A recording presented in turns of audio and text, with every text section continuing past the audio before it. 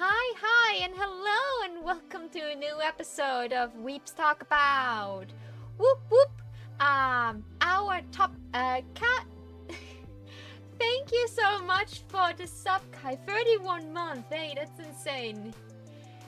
Love you too. Our topic for today is Scooby Doo. So first of all, let me introduce you today to our co-host of the day. Maho said too many todays today. VTuber Eden. Say hi, Eden. Hi, Eden. This is her first time being a co-host, so I'll be nice. Also on the couch, let me introduce you to our guests. We have Paige joining us again, but this time as a guest and not a host. Hello. I've been demoted to guest. You mean promoted?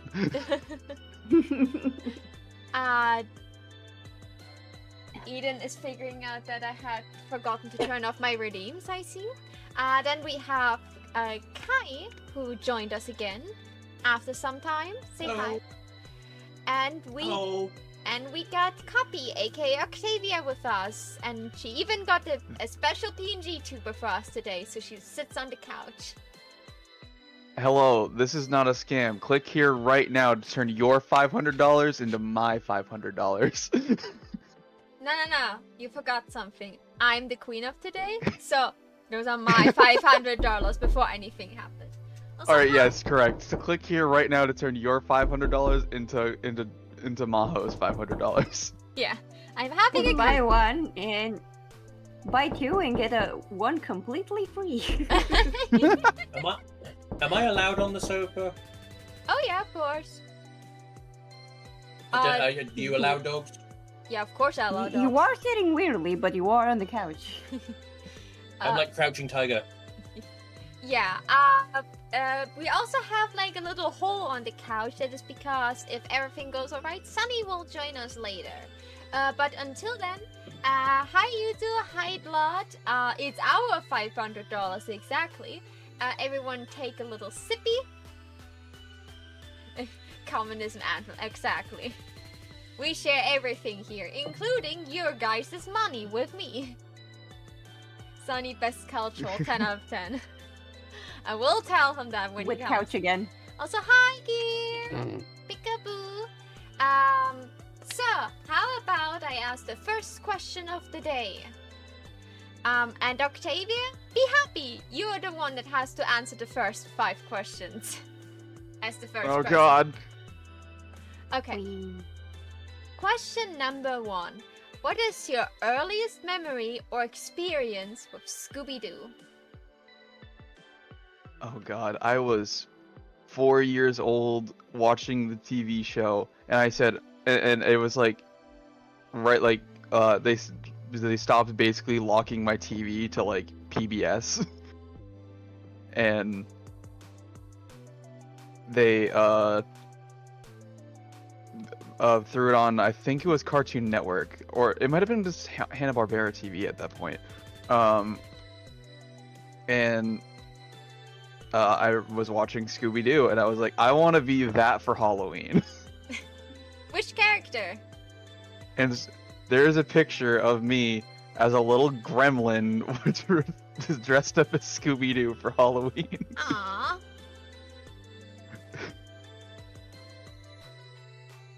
Don't you see the It's just- picture?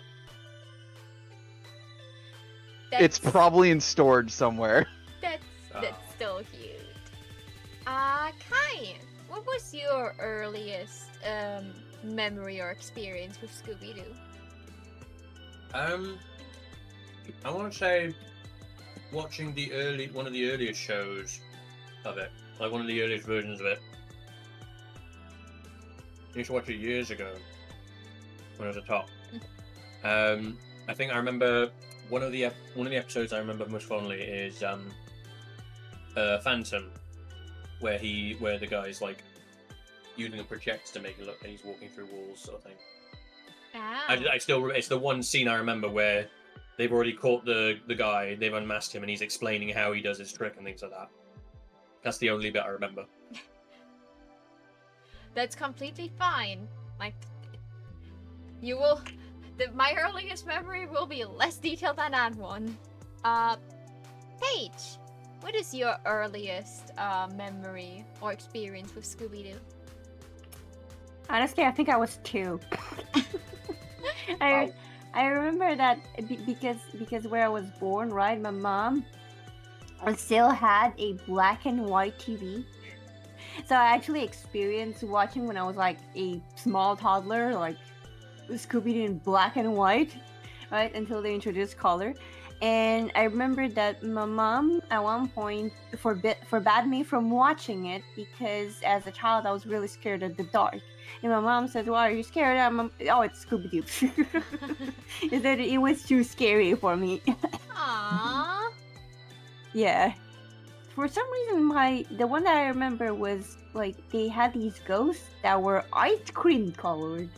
Like they had one that was chocolate colored, one that was pink, like like strawberry colored. And I don't remember what was with the ice cream colored ghost. I'm pretty sure that's an actual episode. I just don't remember. Eden, do you remember which episode that could be? Oh, it sounds very familiar.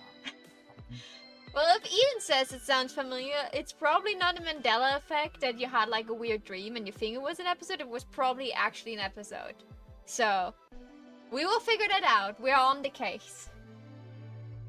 I will Google it while others give their answers. Yeah. Blood said, my earliest memory with Scooby-Doo is when I was about 7 or 8 years old, when we were able to afford cable TV. Hell yeah! Cable. I don't know how old I was. I just know I was like young and I watched like a Scooby-Doo episode and I was like flabbergasted by the fact that like this was a guy in a costume. Like that didn't look like a costume 80% of the time. How is that a costume? And how could you figure that out? Like, all the clues you just mentioned were never mentioned during the episode. And I was just very confused. Like, I should have been happy that it was not real ghosts, because I'm a pussycat since I'm young. Like, I didn't grow up in that department. I'm still scared of literally everything. So I should have been happy that this was not real ghost stories. It was still scary. Eden! It's me! What was my earliest memory or experience with Scooby Doo? I was very obsessed with Scooby Doo from a very young age. I had like so much like Scooby Doo toys. I had Scooby Doo pajamas. My mother would constantly buy me the Scooby Doo fruit snacks, because the Scooby Doo ones just tasted better. They taste better when you can recognize their face. But I think like, despite loving Scooby Doo before that, my earliest memory of Scooby Doo, or like of like my being like my earliest awareness of it is like I think I was grounded or something, so I was just under the covers of my bed, my Scooby Doo themed bed set, and I was making I was trying to do impressions of all the characters' voices and like make my own episode in my head. Aw, that's while I was adorable. grounded for an act I did not commit. You were such a good bean. You didn't even do something bad. Yeah, no, I was hanging out with a bad crowd. I was 4 and I was hanging out with a 6-year-old. And I was Oh, a very, very naughty 6-year-old. Got grounded for just being in the vicinity of a crime. as a 4-year-old, that's certainly something. Question number 2. What's your favorite type of Scooby-Doo media? like TV show, games, movies, comics, etc. Octavia. Like just the meat, like not like a like a specific one, or just like. Yeah, just like it's like Either just like either. either. Eden wrote the questions. I'm just reading them out. Yeah, no, I'm just asking specifics. There will be more specifics. Like you can go into more specifics later, but like you know, there Yeah. are so much Scooby Doo media that like you know, even though your favorite like piece of Scooby Doo material is probably Mystery Incorporated, you might actually think that the games have a better track record. You know. You might, you might not like any of the TV shows and only like the movies, or something. So you can go into as much or as little detail as you want. Also, spoiler warning: the next Now I have to actually think. Yeah, Octavia in talk show chat. There are all the questions I will ask. And also, You know, I read them. yeah, and the I next just didn't know question the will be specific. the next question will be about which one is your favorite in general, like the. Yeah. So now it's just about like series or movies or games or comics or I don't know, more signal translation. I don't know what people made. The Scooby Doo fandom is kind Radio of crazy. TV show, yeah. Board games, musicals. Are there musicals? I'm pretty sure there's a musical. I haven't seen it though. Probably the games, honestly, just because I'm a big nerd. I love the TV shows with all my heart, but the games have captured a lot of my attention span. Makes sense. Makes sense. Kai. Oh, mine's easy. The movies, straight up. So you're a movie watcher. Live I action, love animated, or movies. either. Animated. The live action, I could probably go into a bit more about it, but it's like, nah, I much prefer the animated. Makes sense. I can agree with that. Paige. Amy has said in Right. chat that I think the Oh, best one would be, sorry Eden, the best one for me would be the movies, definitely. As for the games, the only games I encountered were like Flash games on the Cartoon Network website. That is the only Scooby-Doo games I've played. Oh, that's more Definitely fun, Scooby Doo. but That's more Scooby Doo games definitely, I yeah, played. there were. But definitely the movies, yeah. Okay, now you can read out Amy's message. yeah, I thought Paige might need a moment to think, so I was gonna read it out during the silence. Sorry for that, Nope. Paige. Amy's favorite Scooby Doo was the one with the guy in the fursuit. God, never mind. I'm not gonna read that. I should pre. Yeah, I was about to say that I wouldn't read out Amy's message if I were you. I'm dyslexic. I'm sorry. Oh no, it's not that. It's because I've already read the message and I know what it says, and it's like, no, Yeah. bad, Amy, no, bad. I think I I misread it. think I actually know what she watched. Oh god, I think I actually watched that too. Amy, Oh my you're ruining Rest my in first peace, attempt at everyone's co-hosting. childhood. No childhood is safe. I apologize.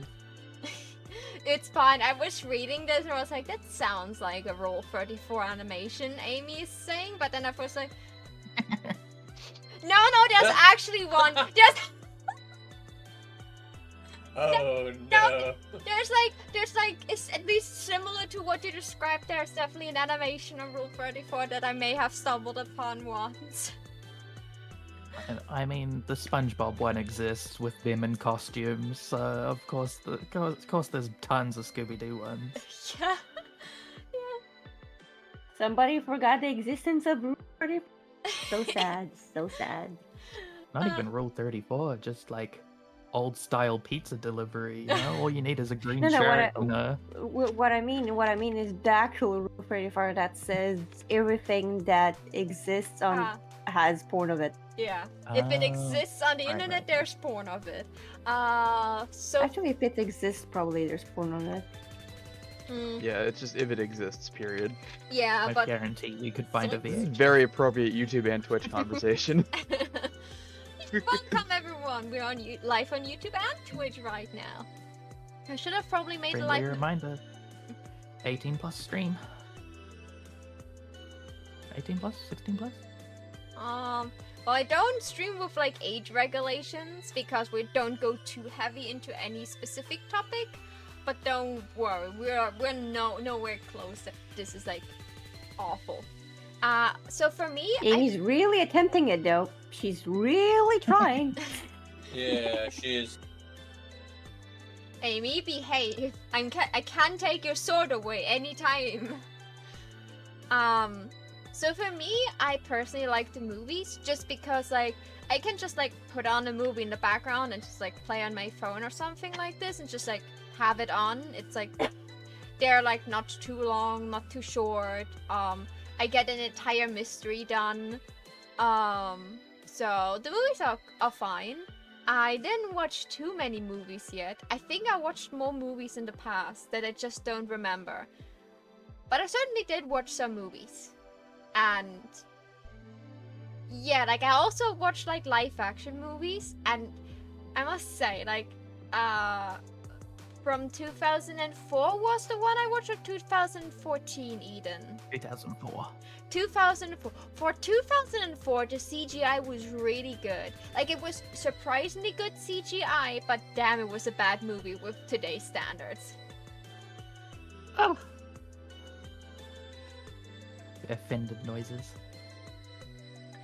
You didn't watch the 2002 one. Yeah, like, no, I actually have, I think, like, old, like, movies with CGI have, like, a certain charm to them.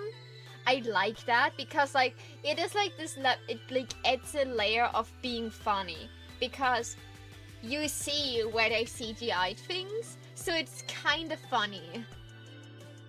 Because, like, Very it's not perfect. Eden, what is your favorite type of Scooby-Doo media? You can't go wrong with a Scooby-Doo movie. Even the worst Scooby-Doo movies are fun because they're so bad, in my opinion. Like, if you're sitting down to watch an episode of Scooby-Doo, there are some real good ones and some real bad ones. But the bad ones, because they're like only 30 minutes, like they just don't have that kind of like hook. Whereas at least with a bad movie, you can watch it with a friend and have a good time. With the bad TV series, you get to the end of one episode and you don't want to watch the rest. I shout out to the Scooby-Doo games though, because they're all bangers. We need more Scooby-Doo games in 2025. Agreed. So. Yeah. And they're actual mysteries. So, like, you actually have to solve quite a few of the old point-and-click ones. So that you wouldn't have Maho sitting there like, how was I supposed to work this out?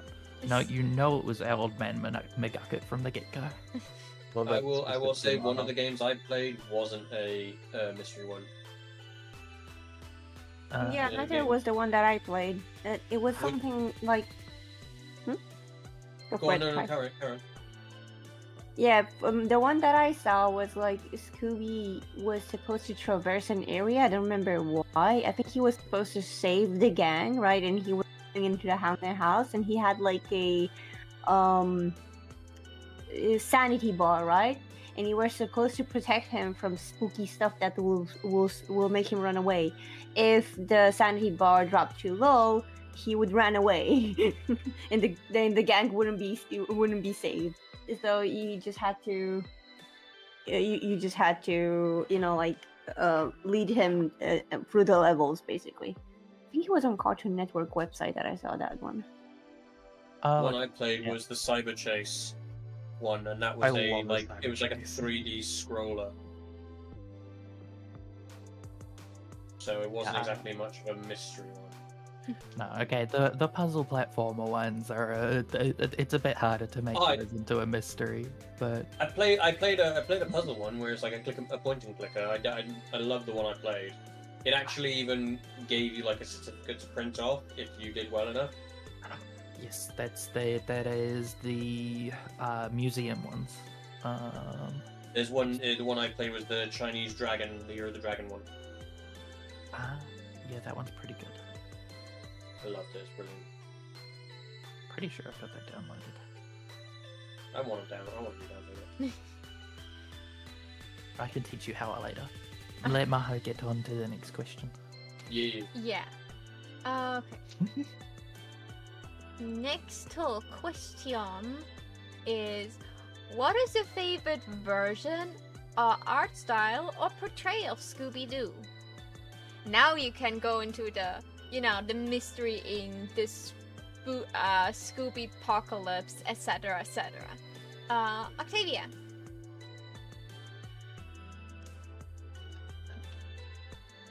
I do really love Mystery Inc. I really do. Yeah, no, I'm just gonna go with that's my favorite. Yeah, I know it's pretty stock standard. It's a safe answer, but Mystery Inc. is just so good. I love that it like the hybrid like episodic, but it has an overarching like main plot throughout each episode. I think it's an interesting formula. Yeah. Because you technically can watch any episode and it be fine. But at the same time, you can also, watch it from start to finish and have an overarching plot at the same time. It's so good. It's just an interesting like structure. It brings in the Monster of the Week element from classic Scooby-Doo, but with an overarching story that most Scooby-Doo media doesn't have. Exactly. An overarching story is You always get the best of both good. worlds. Done very well. It's a great choice. I assume it's going to be many people's choice for this. Hi. Forgive me for asking. Please repeat the question. Oh, of course. The question is, what is your favorite? What is your favorite version, art style, or portrayal of Scooby Doo? Live action, what is new, Mystery Inc., etc., etc. I think my favorite has got to be What's New because it had possibly the catchiest like opening theme song ever, and in terms of art style, it was done really well for its time. Like it was an amazing art style done in the time it came out, and the episodes were amazing. They weren't too long, they weren't too short. They always kept you engrossed in it, and like I say, it's my favorite one of all time, I think. I mean, I love the animated side more than the live action ones, and I always have. But like I say, yeah, it's got to be What's New Scooby Doo for me, I'm afraid. Good answer, indeed. Paige, what is your favorite? Yeah, you're gonna hear this a lot. but my favorite one was definitely Scooby Doo and Zombie Island. Maybe because I'm a weeb as well. But like specifically this one movie and this one movie alone is my favorite version of Scooby Doo ever. Like you have the twist. You have the animation quality, which is extremely good. Okay, like it is the prettiest movie by far out of all of them. Because like a lot of them are done in a one cartoon way or another cartoon way, but like this one, it's kind of like almost like how to say, less cartoony, less stylized, and more. I don't know. It has a thing. I can't really explain it, but it is special in comparative to all the other movies, right? It just has. That song is the one with. Yeah, it's the one with it's Terror Time again. I'll mention that favorite song. I apologize. but yeah, I got confused. My answer is basically the same as Paige's. I apologize. I was confused with the question. Yeah, so my favorite version is definitely Scooby Doo Zombie Island because, like, it's just the best out of the movies, in my opinion. In my personal opinion, that is the best of the movies, and I'm underlining it twice. My opinion, okay? Don't worry about it. Your opinion is also valid, but for me, that is the best one. Yeah. Paige. For you liking the witch, not the Witch's Ghost, Zombie Island. Zombie Island. Does the like time skip element play into it? Like this is that's very much when Scooby-Doo starts to like develop Daphne a lot more and like changes up their costumes and stuff. Do you think that plays into you liking it? That like, you know, that's them kind of like maturing and having more of a character. Yes, I did really like what they did with the character in Zombie Island because they did get fleshed out more. They are proper adults here. They have their own lives. Like up until the series got to this point, right? They were just basically always teenagers, right? And always doing the same shtick over and over again. They just seem to exist into space, right? Like some sort of traveling entities, right? But in this case, they had lives. They had like dreams and their own plans and stuff like that, right? And they really fleshed out. I don't time skip per se, but I did like the fact that they matured the character and they added stuff to it that I don't think broke the characters. Like it was something that the characters would do, you know, like it matched, but they were also more complex than the counterparts in the series, is what I'm saying. So yes. Very cool. Could you help me? Like you oh yeah, the new Scooby-Doo movies, that's from this era, correct? Because I have the chart open with the different art styles because I didn't consume a lot. I'm very sorry. I'm probably the one, like I'm the one that is on the wrong spot here right now. I'm just here to manage you guys. So see if I can find it. I think not a while ago I watched the Scooby-Doo Mystery Incorporated a little bit because that art style looks very familiar to me. And of course this Scooby-Doo show, the Scooby-Doo movies, and I think Scooby-Doo What's New are things that I actually watched over the time.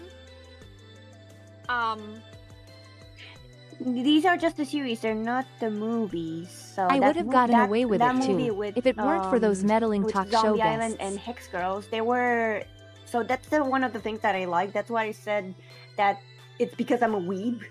Those two movies were actually produced in Japan. So if you look at the distribution past, you know, your regular producers, blah blah blah, you'll start seeing a series of Japanese anime.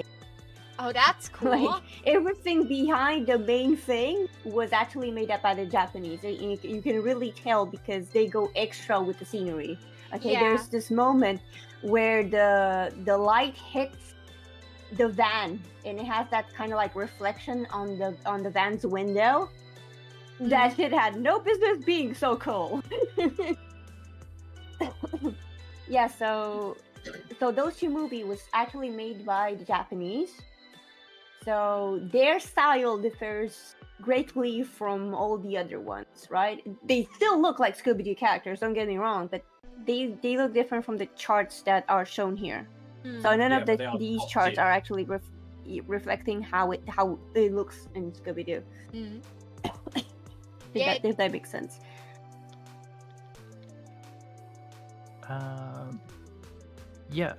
That's like, I forced Amy to watch The Witch's Ghost and Zombie Island with me, because they're like directly one after the other, 6 months apart, made by the same studio. And that entire time, to try and keep Amy interested, I was pointing out like whenever they used like the same techniques from like Yu-Gi-Oh and stuff, because like the way they draw clouds, the way they draw monsters in those movies is very much the same. I think the style of the gang is still kind of the 2000s style, the 2002 era. But I posted one of the drawings. The way they do shading and colors is a bit different. Like, so yeah, it is definitely its own. Like, it's an evolution. It's someone else doing it. It is noticeably different, both in like quality and probably amount of time they had. Yeah, so I posted a thingy that I found that shows everybody more or less how they look like in the movie. It's a scene where he shows the ghosts, so on the camera. So that I think Daphne looks the most different. Yeah. Yes.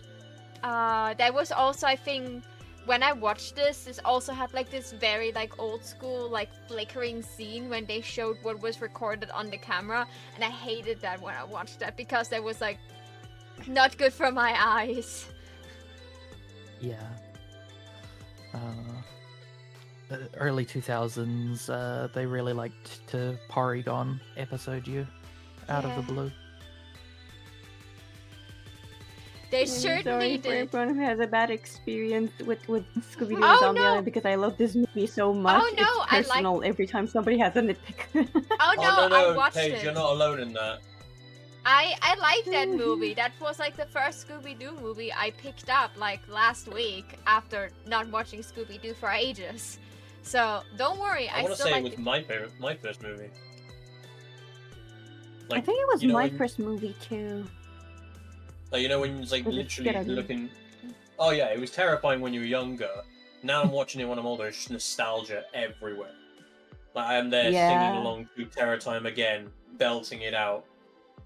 Bro, that song hits so fucking hard. It really does. That song hits so hard. It really does. The witch. Anyway, do like karaoke night. The witch. I'm a hex girl and gonna put a spell on you also got really hard. Yes.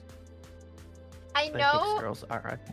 I know. There's like I at some point before we even planned this talk show, I just like remembered the Hex Girls out of nowhere, and so I googled them again and tried to find a video of them, and I also found out that like in the show or in a later movie, and I have no clue when, where, and how that happened. I haven't found the footage of it. I just found the music video where Daphne was singing with them. Like being all goth Daphne. Like that was a sight to behold, goth Daphne. Oh, where was that? I will find a happened picture. twice. I will find a picture of goth Daphne. But in the meantime, Eden, how about you tell us what your favorite version is? Well, it's so easy to just say the Mystery Incorporated one, because the overacting story, having Fred actually have a personality for once, there's so many good things about that. But underrated, I really like the comic book series Scooby Doo Apocalypse. It's everything I think an adult Scooby Doo adaptation should be. Basically, the gang are all adults, and they work adjacently for like some kind of like government lab. And like Scooby Doo, Shaggy is a like dog trainer there, and like he raises Scrappy and Scooby to be part of these like government tests and stuff where they're like trying to develop technology so that like dogs can speak and follow orders and stuff. And like Velma is a scientist and stuff there. But in the first episode, shit hits the fan and they get locked in a bunker in this underground facility where they're all like working. I think Daphne and Fred are like doing their reporter things, and they've gone to like interview, and they've got locked in there too.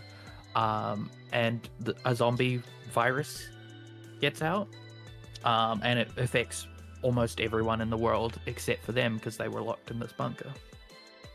And so they have to like escape and survive and figure out how it happened and like That's undo it and interesting. stuff. But like people actually die, and there's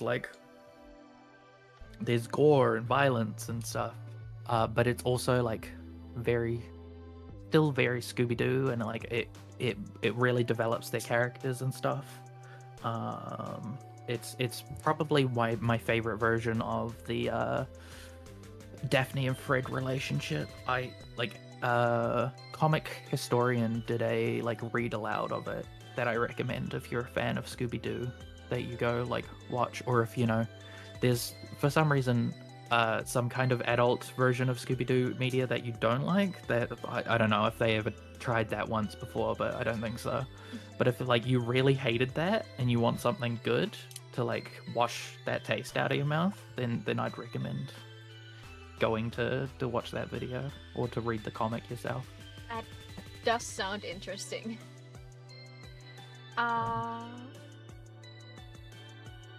Okay. Next question. What is, if you have one, your least favorite version of Scooby Doo? Octavia. I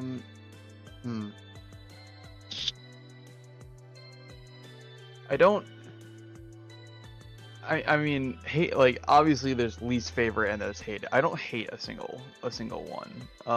Least favorite though.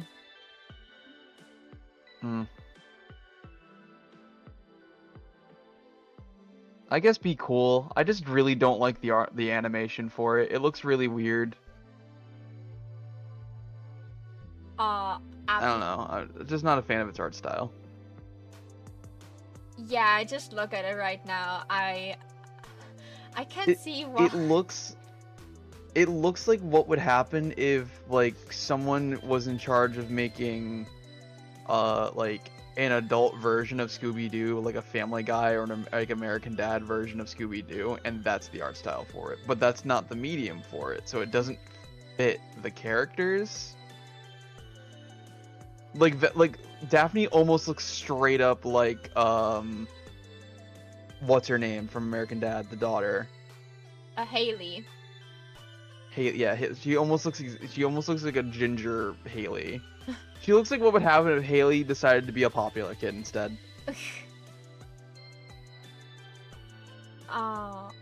Completely valid. Kai, what is your? I would have to agree. I would say either Be Cool or Scoob, because the art styles are just not the best. Like all the other series is like even the oldest, one of the oldest styles, one of the original series of Scooby Doo.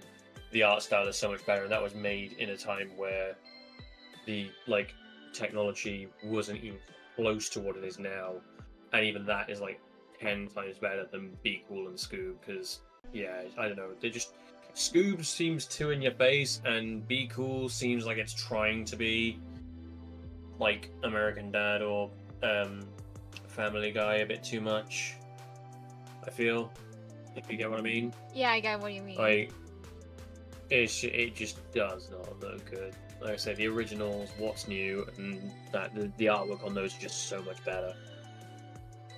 I'm trying to think what. Even Mystery What's Inc. the looks original? good. Yeah, even Mystery Incorporated looked better than. What Yeah, is like the newer Scooby Doo, version? Where Are You? One of the oldest versions. Even that is so much better than Be Cool. Like, I don't know. It's almost like what show does Be Cool remind me of? Oh my god. Probably Family Guy Brickleberry? or Futurama. Yeah, with the very round Family eyes. Guy, maybe. Phineas and Brickleberry? Ferb, because it's very 2D. Don't as insult well. Phineas and Ferb like that. No, Yeah. but you know what I mean. It's 2D style. Candace is It's definitely so hotter weird. than this version of Daphne. Design-wise, obviously. Yes. Also, I just seen the picture you put of Daphne, and I cannot for the life of me remember. Mystery Inc. I don't know, but it's definitely not. Oh, is the it style Mystery? of Little Hicks Is it Girls. Mystery Incorporated? Yeah, that's what Eden said, and I trust Eden because Eden is the biggest nerd in the room. I'm It pretty is. sure- You Scooby-Doo can tell nerds by the eyes. specifically. Pretty sure that's from episode 7, Feather Phantom. Yeah, If they just have dots for eyes, it's Mystery Incorporated. yeah, but she looks so pretty. I don't care for the She dots. does look pretty. Even her hair, like her I d- geometrical, curvy hair, looks pretty. You No, are I was correct, just saying it is as- from Fear of the Phantom. It's just that's just the way I remember it. It's I know for the older series, it's a little bit harder because they do all have that classic Scooby Doo look up until you get to a pup named Scooby Doo. There are quite a few versions without whites in the eyes, but this is the version where Daphne has the purple orbs, where Yeah. she's the only one with colored pupils. So you can usually tell by looking at Daphne. Yeah. It's good. That's a great episode. She's, I believe, her and Velma also sing as part of the Hex Girls in one of the earlier series. Couldn't find The bride, that I think one. it's the Bride of Dracula or something. Yeah. And they're dressed in gothic wedding dresses. It's really good. But If- I always struggle to find the actual episode because it's in the middle of a series. Oh god, it does look like Bickleberry, doesn't it? Yeah.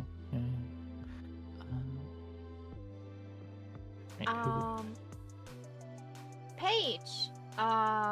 Paige. What is your least favorite Scooby Doo? Honestly, looking at this, okay, I have to say, Be Cool Scooby Doo looks horrendous. I'll give it that. But I'm gonna take this occasion to say that I hate a pup named Scooby Doo and all type of cartoons that were adults doing stuff. Well, almost adults because we're teenagers. Let's make them kids and dumb down the story to absolute dust and call it a show. And what is with this trend? I hate it so much. Who decided, you know what we need is a kids version of this? It was already for kids.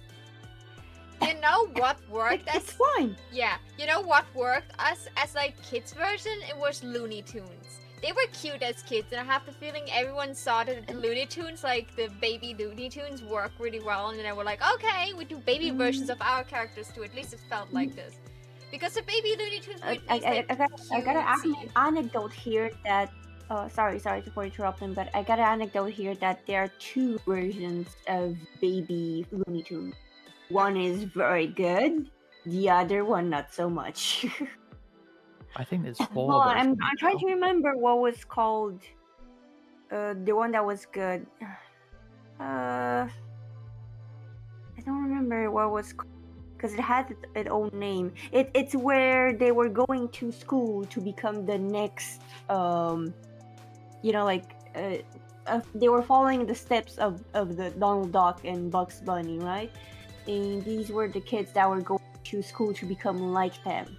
And that show was really good, but they also had a version where they were babies that was also stupid. Yeah, but it had baby Tweety in there, and baby Tweety and baby Lola Bunny just made everything better.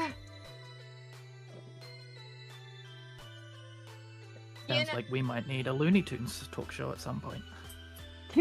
Definitely, like Looney Tunes is such a big series. Yeah, like also like Looney Tunes is like the only thing when they made the remake, they like stayed so true to the original stuff. They kept in all the violence. Like I respected that. Like that needs balls to keep in all the violence that is in Looney Tunes. So yeah, that's the thing about that show specifically. I remember like Donald Duck.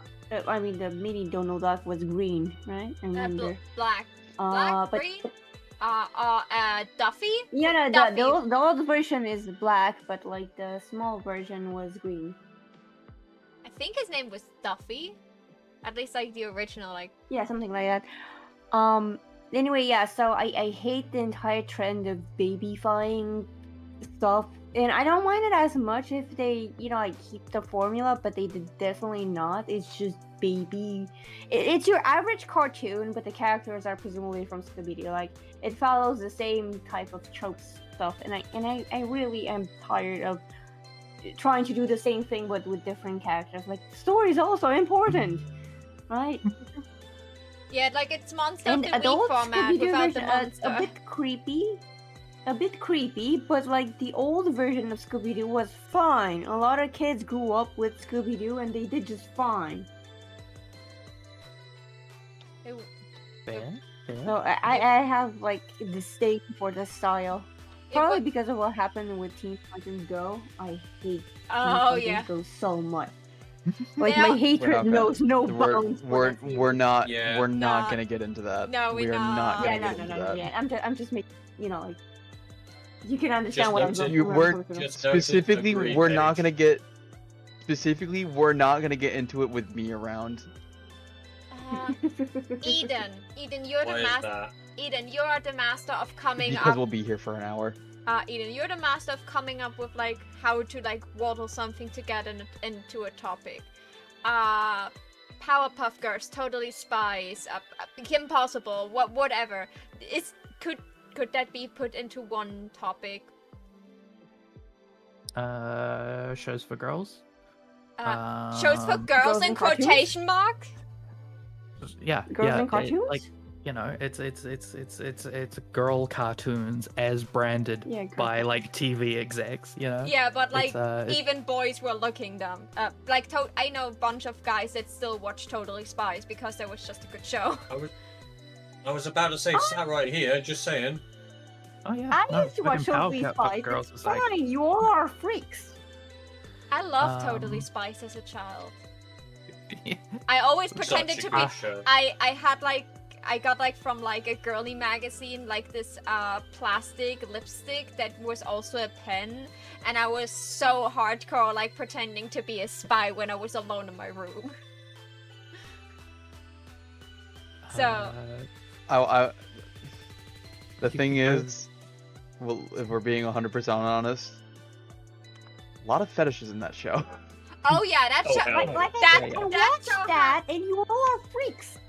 that show It's like those memes where you see it's like, oh, I watch it for the plot, and then underneath it's just a picture of the plot, and then just a picture of the girls. Yeah, no, it's not like this. Totally Spies had a lot of like adult jokes hidden inside. So as a child, you didn't notice, but as an adult, if you watch Totally Spies with your children, you definitely noticed. I am too aged to notice because I watched that as an adult too with my mom, and none of us noticed any quote unquote fetish. Again, you're all freaks. I had to watch a Wow. video that actually showcases the fetish scenes for me to realize them. Don't worry about it. It's not too much in your face. I know, but I disagree. I think like people are reading it too much. Like Totally Spies had so many episodes and so many situations. Like for example, the one with Clover became fat. a lot of that was noted as being a fat fetish, but it was just a lesson for Clover that she should love her body as is instead of trying to fit into a stereotype. It was literally a lesson for girls to not be obsessed with size. And they were like, "Fuck fetish," and I'm like, "Bruh, What? I mean, you have issues. Just admit it." there was an episode where she literally became a furry. Like, she literally got turned into an animal. Well, almost turned into an animal. And Wait, it is was, it the one fashion. where Clover turns in? Oh yeah, that one. That one had a lot of problems that had nothing to do with the fact that she's a furry. She didn't do furry stuff. She didn't pounce on anybody and ooh anybody, right? She had fur. If furries got an awakening. Okay, if furries got an but an anthropomorphic animals had existed since before. It's like saying, like, for example, Robin Hood. Guys, like the DC cartoon. we're going on tangents, on way too long Sorry. tangents. I let the tangent happen a little bit because I was the one that brought it up because, you know, I was curious. But yeah, like, for a future talk show, we can definitely, like, tackle, like, I don't know, shows for girls in quotation mark, or, like, you know, like, Western cartoons that probably everyone saw. Like, we could also just have, like, shows for girls and then shows for boys in quotation mark, like Danny Phantom and American Dragon. Talk about, like, every girl also watching that show, kind of talk shows. It's just that... I love those two. Because, like... Sorry, where would Teen Titans fit in here? Would it be on the boy side or on the girl side? I think Teen Titans would probably be... Like, if we would categorize it like this, it would definitely be on the side of, like, cartoons for the boys. And it's, like, definitely, like, the ones that the girls also watched. It felt like, because it was superhero stuff, more marketed towards boys than girls. But maybe teen cartoons. Thank you, Amy. That would also work. True. It's just like, that is like the category where I could like talk a little bit and getting an excuse to just like try and find to watch like some old episodes of Kim Possible and stuff again. Sign me in. Okay. Eden. I just want to talk about Teen Titans. Well, then, how about you just apply as an expert for Teen Titans and you tell us all about it? What I was say, yeah. We'll save it for another talk show. Eden. I could definitely talk about that. Eden, what style do you hate of Scooby Doo?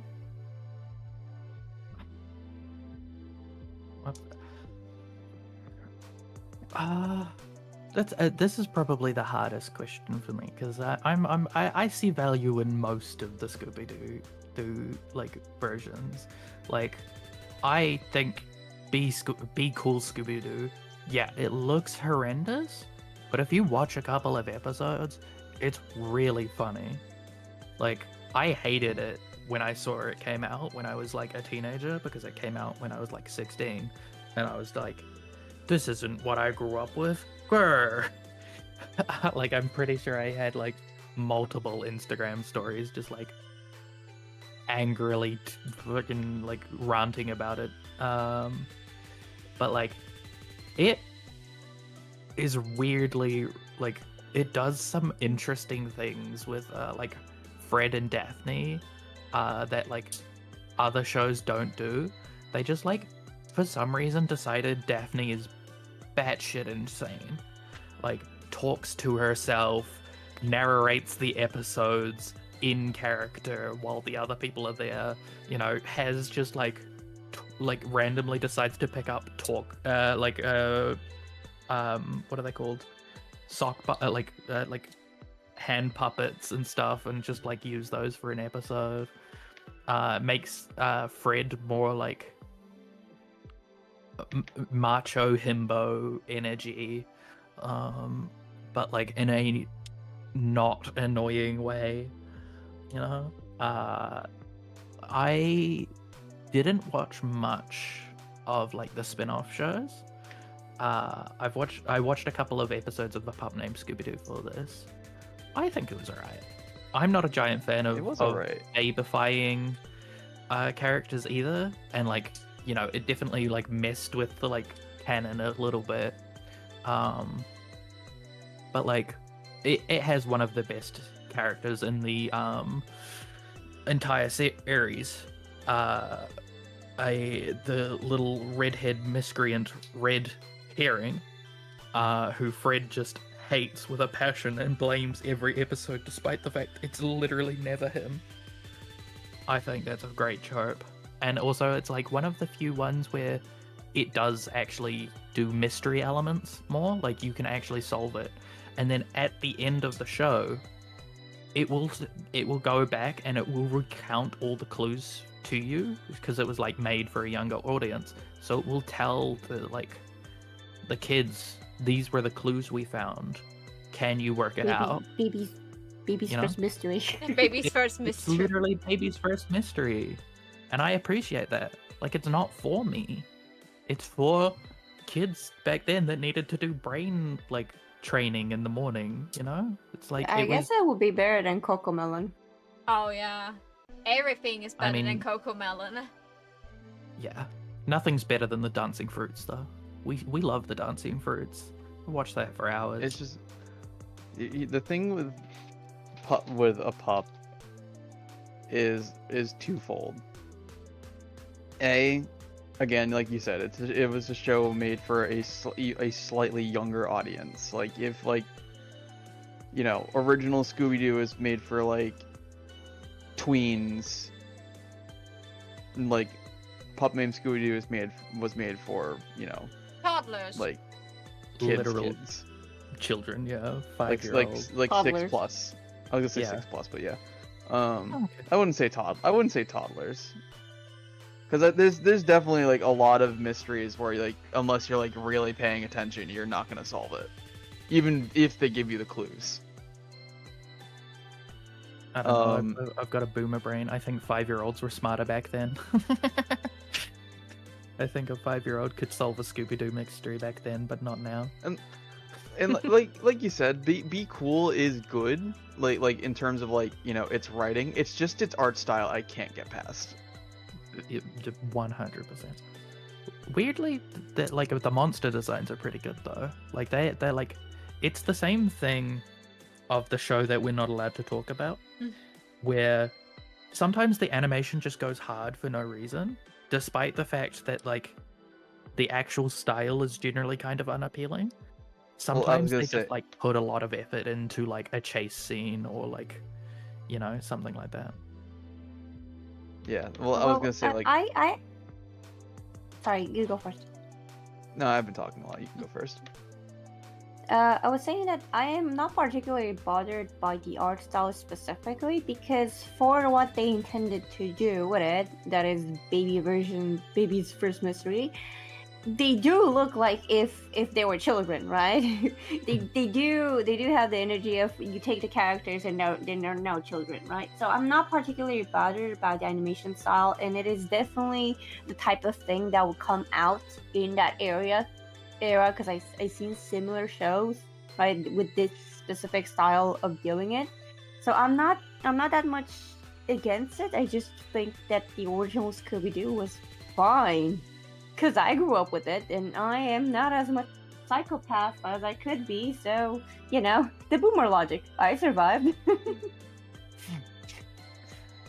I figured out what the show I dislike the most is, what the media I dislike the most is. Oh. Scooby-Doo and Guess Who. Not Scooby-Doo Guess Who. That one's pretty good. But Scooby-Doo and Guess Who? A, The new one? lazy title. B, it's just an awful premise for a show. Scooby-Doo and Guess Who ran from, I think, 2019 to 2001 or 2021 or maybe even 2023. Like a couple years from after 2019, and it is just every episode of the show is like a weekly mystery of Scooby-Doo, except they have a guest character. Like it's all the whole episode centers around whatever guest character they have. And the original series, Scooby-Doo, Where Are You, had the occasional guest episode of like celebrities at the time. Like they had Cher and the other person. They had like talk show hosts from the time, like stuff that people we wouldn't recognize now, but were really popular and really good gets now. Back then, and some that we can recognize and which we couldn't. Yeah. Like you know, they had the Three Stooges at one point. I think they had some interesting ones back then. But Scooby Doo and Guess Who has a bunch of duds, and then a bunch of people that you just don't want to see mostly. Like it has a bunch of like random like sports people, like fucking people who placed in the Olympics for like winter sports that no one knows the name of because they didn't even place like high, Just people that wouldn't have anything to do with Scooby Doo, and then they have like a bunch of like weird people to like invite onto your show, like Ricky Gervais, who's just there to be like skeptical of Velma's skepticism, and it's like this is not the like guest character energy you want for this. Like what child is watching this and going, oh, that's my favorite comedian? My favorite adult only comedian. It's it's just bad. It's poorly written. They're like poorly implemented. I think most of the plots are just Shaggy has a lot of friends. Shaggy is just like, and that's a trope in all of Scooby-Doo media, is that Shaggy has a lot of weird talent and a lot of weird friends. He just knows a bunch of people. He's just the guy who you go to and he will have knowledge about anything. He's the wild card. 50% of the time. Yeah, he is just like, why are you a like fully licensed therapist, but only if you have a ventriloquist puppet in your hand, Like, why can you play the spoons? Who taught you to play the spoons? Why do you know fucking James Gunn? It's like, what does this have to do with anything? Okay, that one actually has an explanation.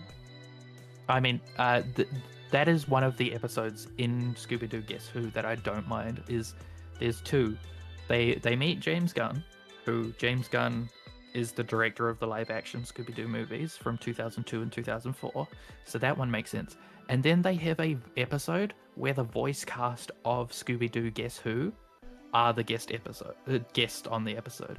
So you get Matthew Lillard, you get all the other actors that I can't remember off the top of my head for that series. Mindy something. Honestly, I'm looking at the pictures now. Hold on, can you keep your phone? I'll remember to come back. Looking at it, I don't think this is meant for children. The way it's trying to copy so exactly the style of the show that was in the 60s makes me think that this is actually nostalgia bait for adults. And that's why they're throwing all these random adult people, because they're trying to hit what would adults be interested in. Like the adults that grew up, basically kind of like me, right? And people like me that grew up with the show. And they're like, okay, they're adults now. Who do we throw in here to attract them, right? Random football person, go, right? They watch football now. They're boring adults, right? Throw this one in, right? I don't think it's made for children because it's in that trying so hard to be that specific style that used to be back in the 60s. I can't imagine it's not bait for old people. Sorry, Kai, you can go now. I'm sorry. No, I was gonna say, it's like, I agree with you in that regard, though there was one episode that I did actually quite like, and it's funny that Eden mentioned about being about a ventriloquist, because my favorite episode is the one with the two ventriloquists. There was an episode with Jeff Dunham and Darcy Lynn. That was my favorite episode of the Scooby-Doo and Guess Who, but I totally agree with you guys. Like, it seems like it might be geared more for adults rather than kids, because it's like you've got people who like no child is gonna know coming on. Like, yeah, they might recognize some of them, like for example, like Batman and Wonder Woman, but they're not going to know people like Craig Ferguson and Jeff Peterson, or Wanda Sykes or Lucy Liu and things like that. And it's just like, I agree with you. I agree with you. Sorry, what was that? Steve Buscemi. Yeah, like they're not children aren't going to recognize who those are. So I agree. I with you don't on that page. recognize who this Yeah. is. And I'm legally no, an maybe adult. I mean, the fact that Kai, who is a proper adult, recognized some of the people just proves that that is the demographic they are going for. I'm pretty sure, and I am cringing at the idea that if they were supposed to market at children, you would see Mr. Beast in there. Oh, And, you know, I cringe from that idea. Oh, please You don't know. do Oh that my god! to me. No, Can I if just? that was still going, it would. Yeah. I can also say this. It's targeting the more grown-up audience, but because at the same time you have to remember the movies that came out before that were all like tie-in, like Hollywood actor tie-in movies. Like you'd have like fucking Scooby Doo goes to WrestleMania or whatever. Supernatural, yeah. Yeah, and like Supernatural. It's like yeah, they were already kind of targeting an older audience because they understand that like Scooby Doo is an old iconic franchise, so you're gonna have people that were growing up in the 70s that watched it as kids also watching this because it's Scooby Doo. That's a very, very good and valid point. Yeah. This is why Paige is always a great guest. Shout out to Paige. Good point. thank you. But Thanks no, for I see that. But you know, it's all like, it's also not for me. You know, it's like, it feels like, yeah, it is trying to like nostalgia bait and grab all these people with like Urkel from friggin' whatever old sitcom Urkel was from. Like Penn and Teller and that, and it's like, okay, but like you're not doing anything to update or like modernize it otherwise, you know. It's purely just kind of nostalgia, and it's like a formula that is still designed for children, which is why I think it gets like lost. It's very like unenjoyable for me. But again, I've only seen like 2 or 3 episodes because the first 2 or 3 episodes are really hard to sit through. Well, that's a So- reason. Certainly. Yeah. How about we move on to the next question? Yeah. Okay. Yeah, sorry for rambling. Okay. Octavia. Last one you have to Hello. answer first. Do you want more Scooby Doo? If so, what do you want to make them next? Oh, there was a really, really good video on that. Like, okay. Is it Matrix? I don't remember. If I'm being honest, sorry. It's But fine. it was like, okay, like, what does everyone bring to the table? Like, oh no, like, no, I remember the video. It was like, who's the best character and why, and then in the thumbnail, and why is it Fred? The video is by NerdSync. And thank that, you. ladies and gentlemen, is why we have Eden here. Great channel. So many good videos. And it was like we need a Scooby-Doo that brings, like, everyone has their own merit. It's like Scooby-Doo is obvious, like the mascot. It's like, I have stronger feelings than Scooby just being the mascot. He's a Great Dane. You know, Great Danes are used in police work. He can do like police dog stuff. But he doesn't. That's the point. Like, you know, like exactly. Like he did before. Like and then it's like fucking sorry, you posted all that cool artwork and my brain got distracted. I'm so sorry. I was getting ready for my.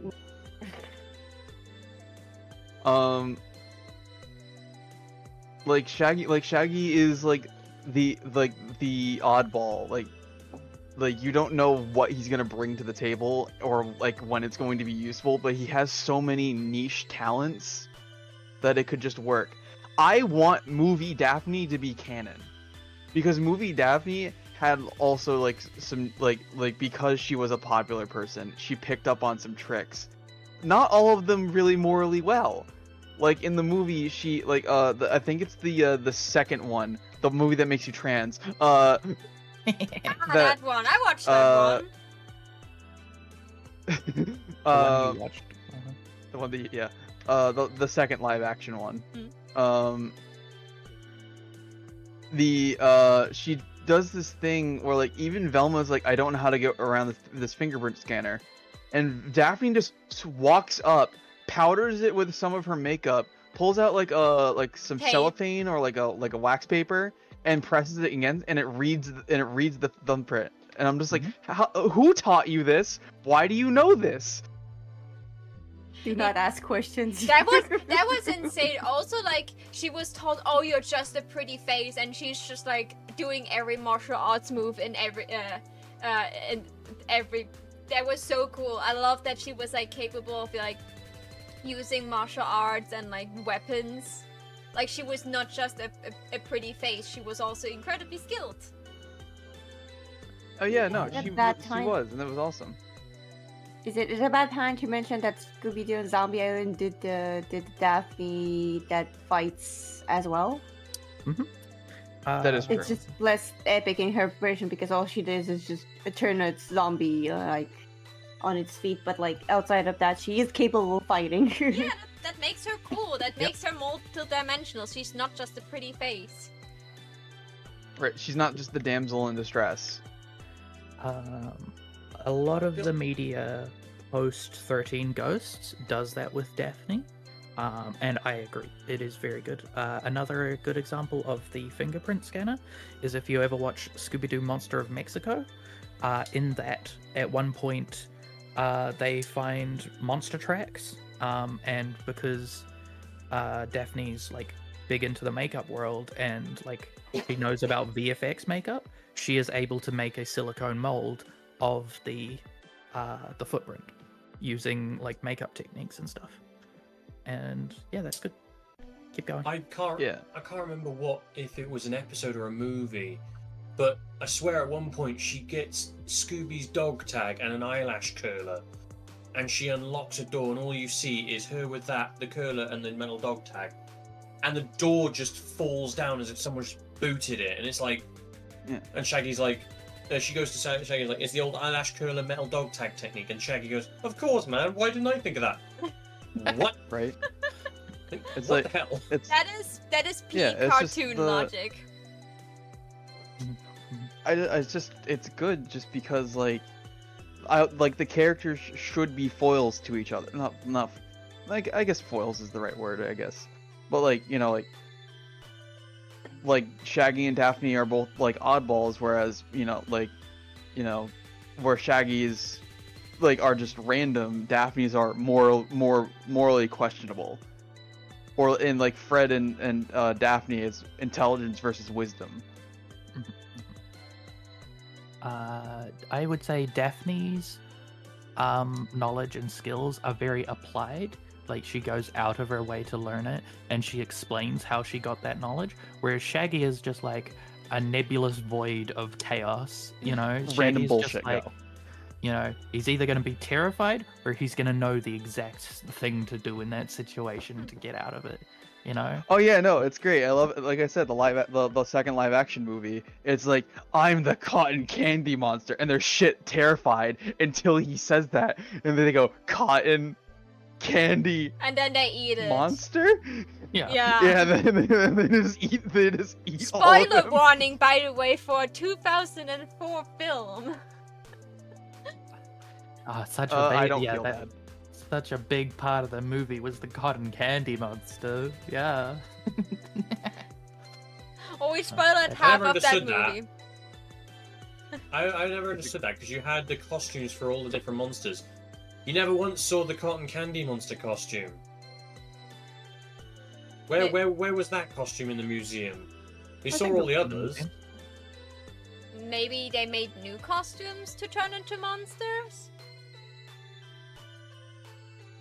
It was more just their most famous. That's why you had, Minor 49er, the Swamp Thing and everything.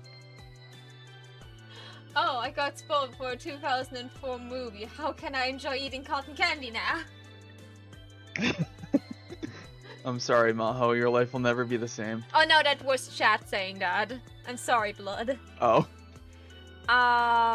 By the way, Paige, I saw what you posted. The moment your turn is, I have to talk to you about this. Kai, do you want more Scooby Doo? And if yes, what do you want? So I want more Scooby Doo, and it's gonna have to be, I think, more of the movies, because they, I feel like, were. Yeah, okay, you've got all the various series, the original Scooby Doo, Where Are You, and like What's New and things like that, and Mystery Incorporated. I like those, but it almost, but for me, those episodes are always over so quickly, and it's like you don't always get a chance to solve the mystery, and you think, like, Velma comes up with the answer, and you think, okay, you got 2 clues, suddenly you know exactly who it is and how it's done. It's like, how the hell are you even... I appreciate cartoon logic, but Jesus Christ, Velma, how are you putting this together, love? And like, it just seemed a bit like too short and too blunt. So I prefer the movies because you see way more details and way more clues in actually solving the mystery. And not to mention the art style on pretty much all the movies is just incredible. And like I say, there's just a lot more content from it. And like, with Zombie Island as the perfect example, like, it's just an all-round amazing portrayal. Just send it to the Japanese. Yeah, literally. Japanese will make it. I wouldn't mind the Scooby Doo anime, you know? Heck yeah. I kind of would. They did a good job. I kind of would dig that. Yeah, they did a good job with the Suicide Squad anime. I kind of like that. Yeah, I still need to watch it. I know I'm a weirdo, but I liked it. I watched part of it, and that they got Callie to sing the ending was amazing. From Hololive. That ending was something else. The ending song specifically, it's just wow. Anyway, yeah. I love the ending song. Yeah. Or was it the opening? I don't remember. Is my turn yet? Yeah, Kai. Movies. Definitely, I agree with that. More time for to go through with it and actually see it with better quality. Paige. Yeah, she put the mystery together with like 2 clues. Yeah. Like, how are you doing this, love? It is very like, yeah, like that's like why I prefer the movies as well, because I actually like can get engaged into the mystery before it's even over. So Paige, I saw the person that drew those characters. I watched that video. So I know, right? How about you get a bit more into detail and tell like everyone that is not in my server I'm now. not sure. I'm not sure how to do this because like you would have to know Natrix video in order to better understand. But basically, I'll get the storyline right going. So this is more based on a show that I'm not allowed to mention, but somebody, Natrix, who is an amazing artist, decided to make her rendition. And this version, like, they went out and tried to solve a mystery in a crystal cove. And Velma got possessed by something that keeps demanding sacrifice. Unfortunately, the first to get sacrificed by her happened to be Scooby. That's why he is not present. But the 3 other ones have learned the abilities to just bring elements of him back. You have the Keeper, who will summon basically ghosts, right? Ghost Scooby. And then you will have the Summoner, who summons skeleton, right? And Fred, who so Velma, Daphne will summon the skeleton, Shaggy would summon the ghosts, and Fred would summon their bodies, basically. All in order to keep feeding the monster that is Vilma, right? While I presume they're trying to solve the mystery and like return her to what she used to be, because apparently she's still inside. So Natrix video starts out with interrogating the four of them, right? Where they say like Vilma's acting weird and Scooby-Doo just kind of is gone, right? Implying heavily that Velma will aid him. And yeah, so then it goes to do these badass designs that I posted here. But basically, to understand better, it's better to watch Natrix video. She's unbelievably talented as an artist, to the point that I will usually envy other artists, but she just is so good that honestly I wouldn't dare try to envy her. She's just so fucking talented, right? I would definitely watch Natrix video. Yeah, so you would want like a super dark Scooby-Doo, maybe a movie, like like a adult only Scooby-Doo almost horror movie.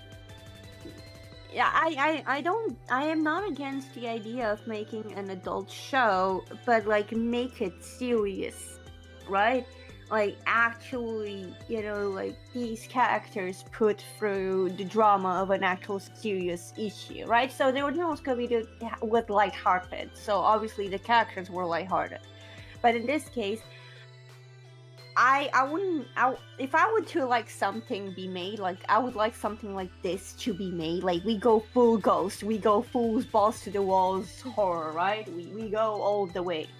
Scooby-Doo was like anyway like a baby horror anyways, because while the show was lighthearted and the monsters were not real, at least the original show always had this element of darkness to it. Like the way it was always made was like it was always dark outside, it was always cloudy, creepy, right?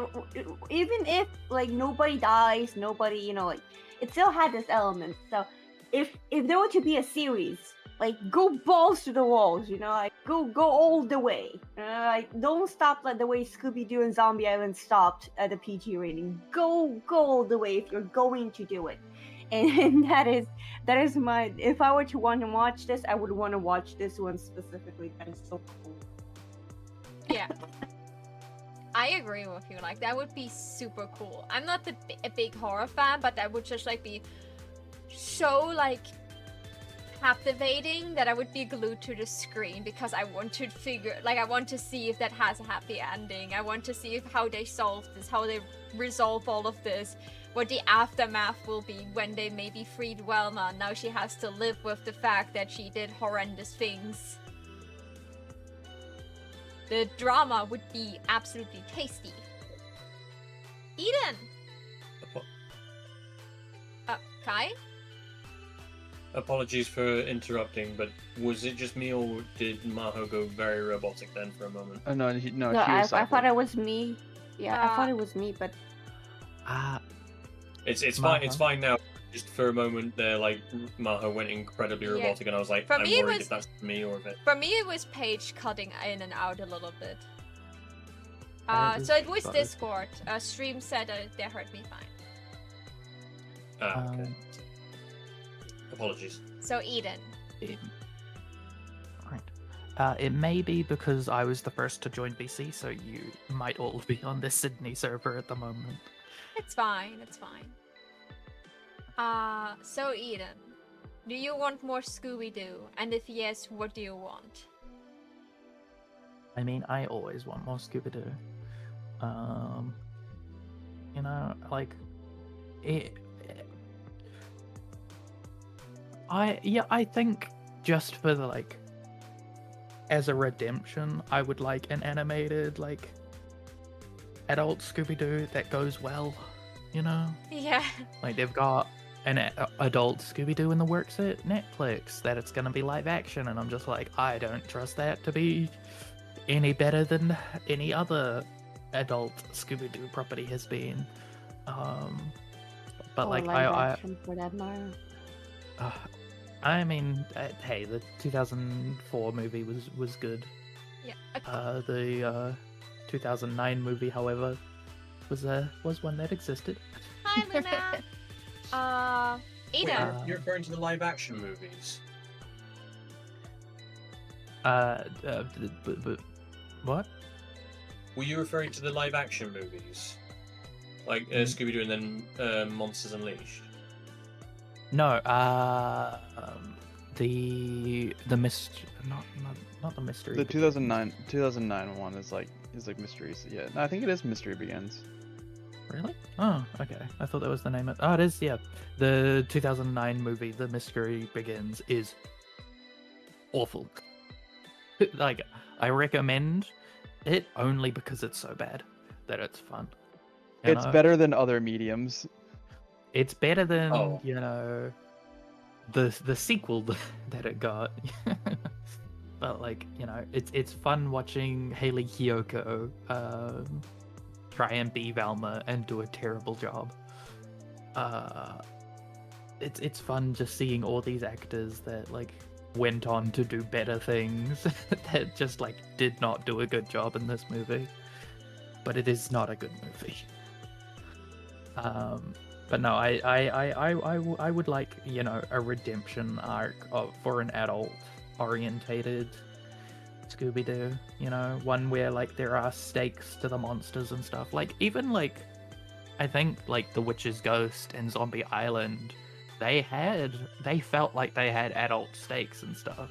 Like you had people die in those ones and it was good. And it's like, just do that, but like take it a little bit further, It's like you don't have to like be like, you can do adult Scooby-Doo very easily, in my opinion. You just have to get someone who's passionate about the series and someone who's like good at writing that style of stuff in already, You can't just go. Matrix.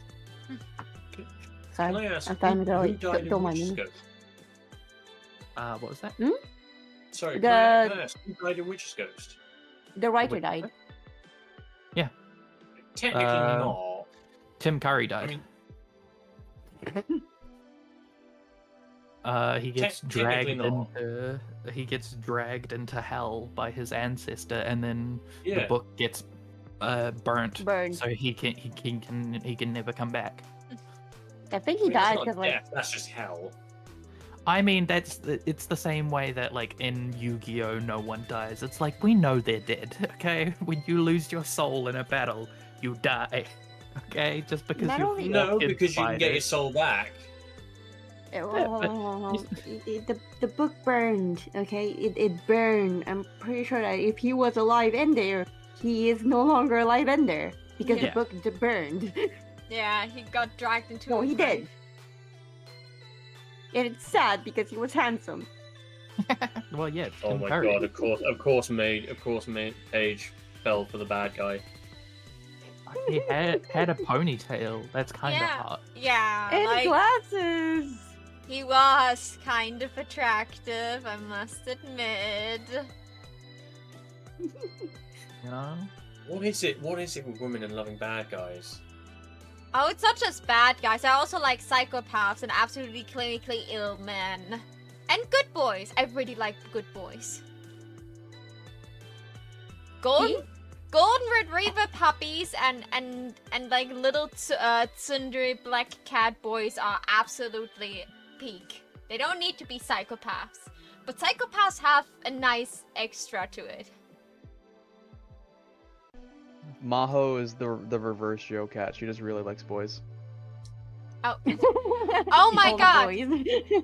Oh my god, the asexual girl that is into fictional character and is sadly to all of her lesbian friends very straight likes boys. What big news! I'm sorry, lesbians everywhere. Maho likes boys. No. Oh my god, no! Everyone just cried up here. I can hear Amy cry from England back to Germany. I can hear her. It's easier for me and Kai to hear her. I was about to say we're in the I same still country. love you, Amy. Don't worry. I also love Eden. I love everyone. Hear me cry right now. I love you all. But you know, like my heart is beating for everything that is fictional. Okay. I wouldn't mind a recollection of all the old Scooby Doo point and clicks as well. I think that'd be pretty cool. Just like, you know, they weren't they were like 40-minute games. It wouldn't be that hard to like just retexture them and put them all in a pack together on Steam. That would be cool. I reckon rebooting them, like making more of them, making them harder and shit. Like, I reckon that would be good. Oh, yeah, I 100% agree. I just don't know if there's much of a market for point and click today. And that's not because point and clicks aren't good or they still don't hold up or that like people wouldn't be capable of making something even better now. I just think there are so many douchebags in the gaming community that it would like get no traction. It would get nothing but negative attention, you know? And that would make me deeply sad. We need LucasArts to make a point and click Scooby Doo game. Then No, Amy we don't would have need to play Disney to it. do that. Then Eden will force Amy to play. LucasArts games is still pretty good.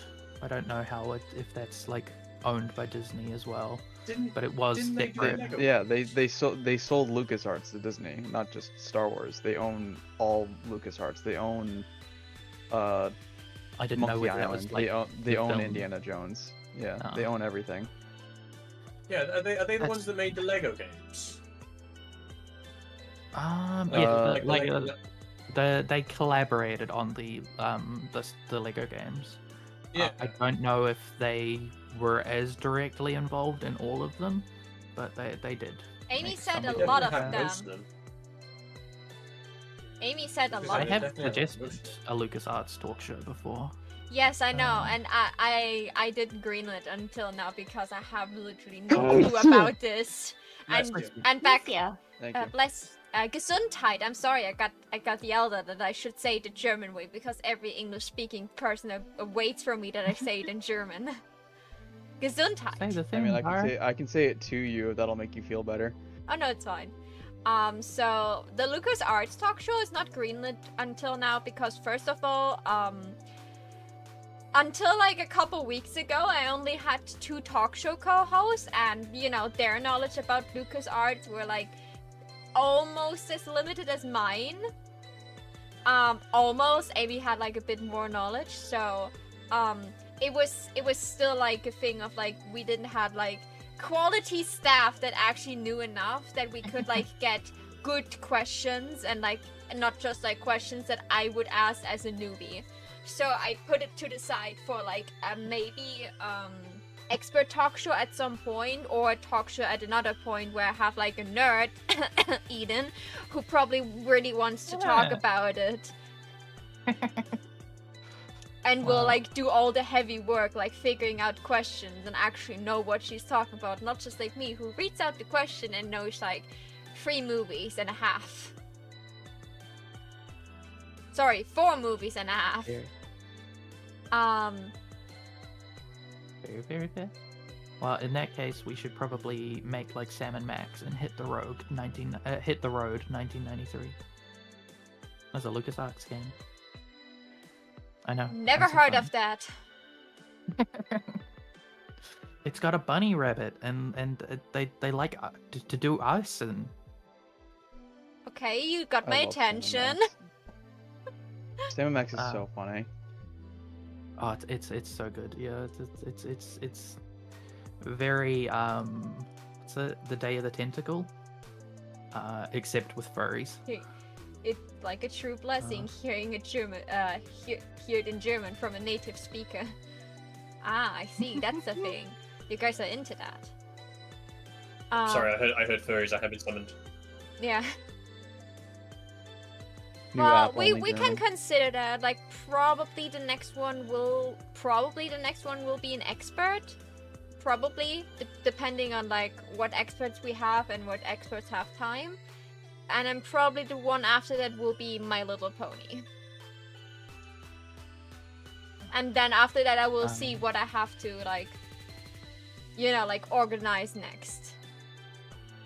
After that is your quiz show for your anime con knowledge. Didn't we want to just like the week before? Oh yeah, is that really in free talk shows? That would be 1, 2, 6. No, the fourth talk show will be the one where we make bingo cards for Amy and me for the convention we're going through. And then this and then the talk show after this will be a Weebs Ramble About, where like every co-host that wants to show up is invited. Amy and me will be through my microphone because Amy will be in my apartment, and we will do a hand cam stream where we showcase what we got from the convention, showcase photos from the convention, talk about like the bingo stamps we got during the conventions. So as you can see, for like the next 2 months we'll hand reveal. For the next 2 months it's like more or less like planned through, and then after this I can like go back to like all the suggestions and topics and to find new ones. I mean, if you want random you're referring to my suggestion, message. What Sorry. if you want random suggestion. Yeah, sorry, I put random suggestion in the topics chat. I thought that was what you were referring to. Oh, sorry. Oh. That was just a suggestion. Where? I believe they have done a Magic the Gathering expert show before, but not a general Magic the Gathering. Yeah. Oh, okay. We didn't have I don't have the list of talk show topics we did before anymore because they got lost. We did, however, I think have like a normal Yu-Gi-Oh talk show, and we had an expert Yu-Gi-Oh talk show already. We had a Magic the Gathering expert talk show. And yeah, but especially from the older talk shows, we will come back and recycle some topics because they're now relevant again, or like it's been so long that now the answers will be different. But I can try to curate another list where it's like showcased what topics we had already, especially for the experts, so people know what expert topics probably won't be taken anymore. But that's something for future Maho to worry about. Current Maho is way too stressed with con preparations and a talk show right now. So let's go to the next question. And this one, Eden will answer first because we're reversing the order now. Question number 6. What's your favorite opening or Scooby Doo song? See, I wrote this question, but I still don't have an answer. What's New Scooby Doo is iconic early 2000s, like pop punk, like the perfect vibes. If you think of the year 2005, I think of the like Scooby Doo, what's New Scooby Doo intro. Like it was literally before its time. It's like if you just mixed it into a Smash Mouth like soundtrack, if you mixed it into the Shrek soundtrack, I would just accept it. I'd be like, yep, that fits the vibe, it's perfect. But yeah, they're like, most of the Hex Girl songs are pretty good. Fire, Wind, Fire, and Air. Earth, Wind, Fire, and Air. I forget the order. That's probably like the weakest one in my opinion. But when there's some covers that do it in the style of the other songs that like bring it up. They're all just pretty good. Everything pre, I want to say 2013. Was pretty good. Even the pup named Scooby Doo like intro was like banger. Like, you've seen I posted the gif of like Velma hitting the gritty, you know? It's just iconic. But yeah, I think I have to go with the What's New Scooby Doo intro. I have Basic but brilliant. I have only one sentence. I'm a hex girl and I'm gonna put a spell on you. That song is so good. It's such a good song. It is literally the Hex Girl song, you know? Yeah. It is. It's just like so fitting for them, and just like if there would be a real band with that song, they would have caught me to like listen to more music of them. I haven't listened to more music of them, but that's just because I couldn't do research until now. I listened to the Fire, Wind, and Ice song. Through Amy, I think. But like aside from that, like I just like the openings really they were not really doing it for me as far as I remember. Like they were like typical cartoony openings. But like the Hex Girls definitely were like just like a banger. Paige, what's your favorite Scare opening? Time. Scare Time. Third time. Makes sense. You'd mentioned it If before. it's not Terror Time, then it's the second rock song that was in that movie. Because there's a previous one. Hold on, let me remember.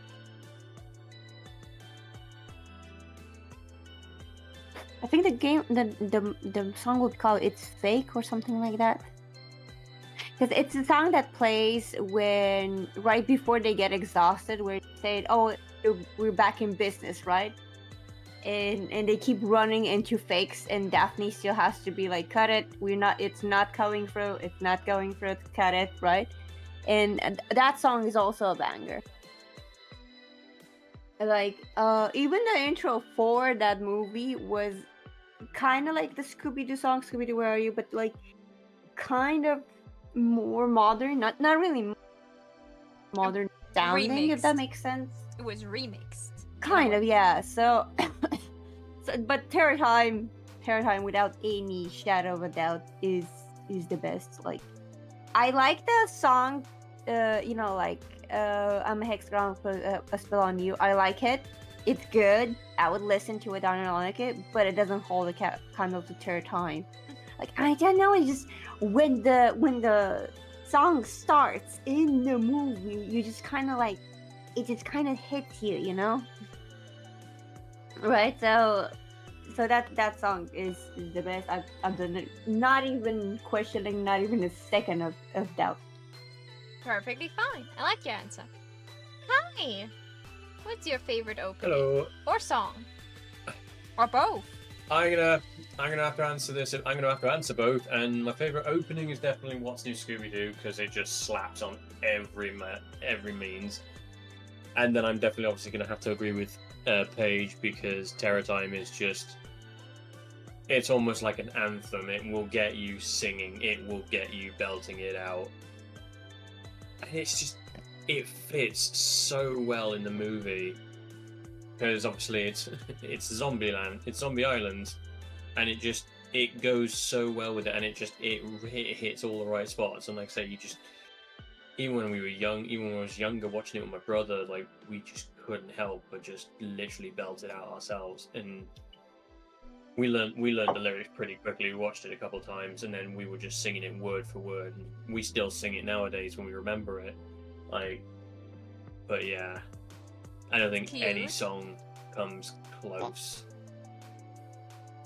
I have to agree with Paige on that one. That's cute. I like that. Octavia, what's your favorite opening and or song? What's your Scooby Doo? They're gonna follow you. Okay, so I don't think I have to answer that question. Yeah, that's really iconic. Like even I know that one.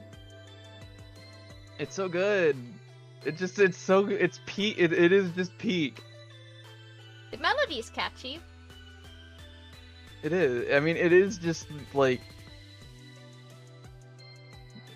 it's just so good. I don't know. Like, what do you want me to say on it that hasn't already been said? No, it's fine. It's fine. Completely fine. Question number 7. Do you prefer where the monsters are real or where people in costumes, or a mix of both? Eden. Right. Also, I found the song with Gossip Daphne for you. It's Trap of Love, which is also probably like my favorite Hex Girl song. It's really good. Yeah. It's not as so iconic as Hex Girls, but this Hex one Girls. is just so good. But it is good. It is very, very good. It's a really good prog metal song. I prefer a mix of both. I prefer I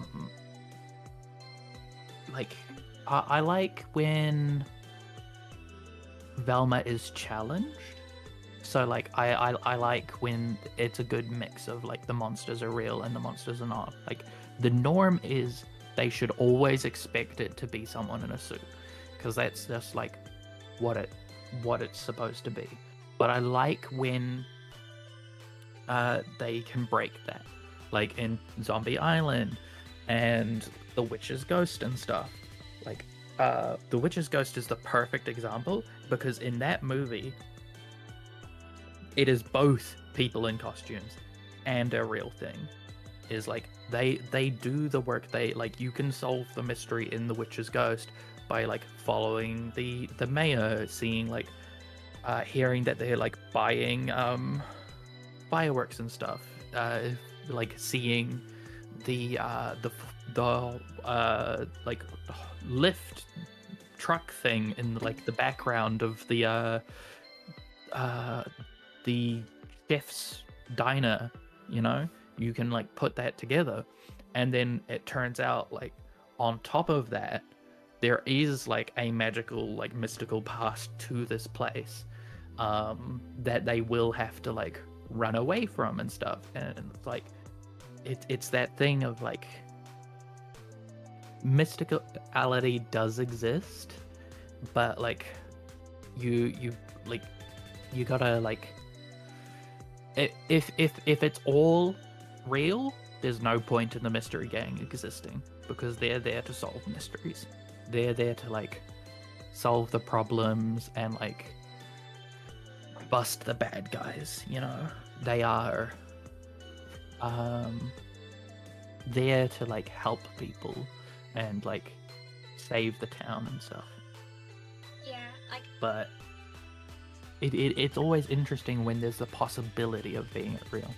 There's that like fantastical element that can come in, just like as a sprinkle.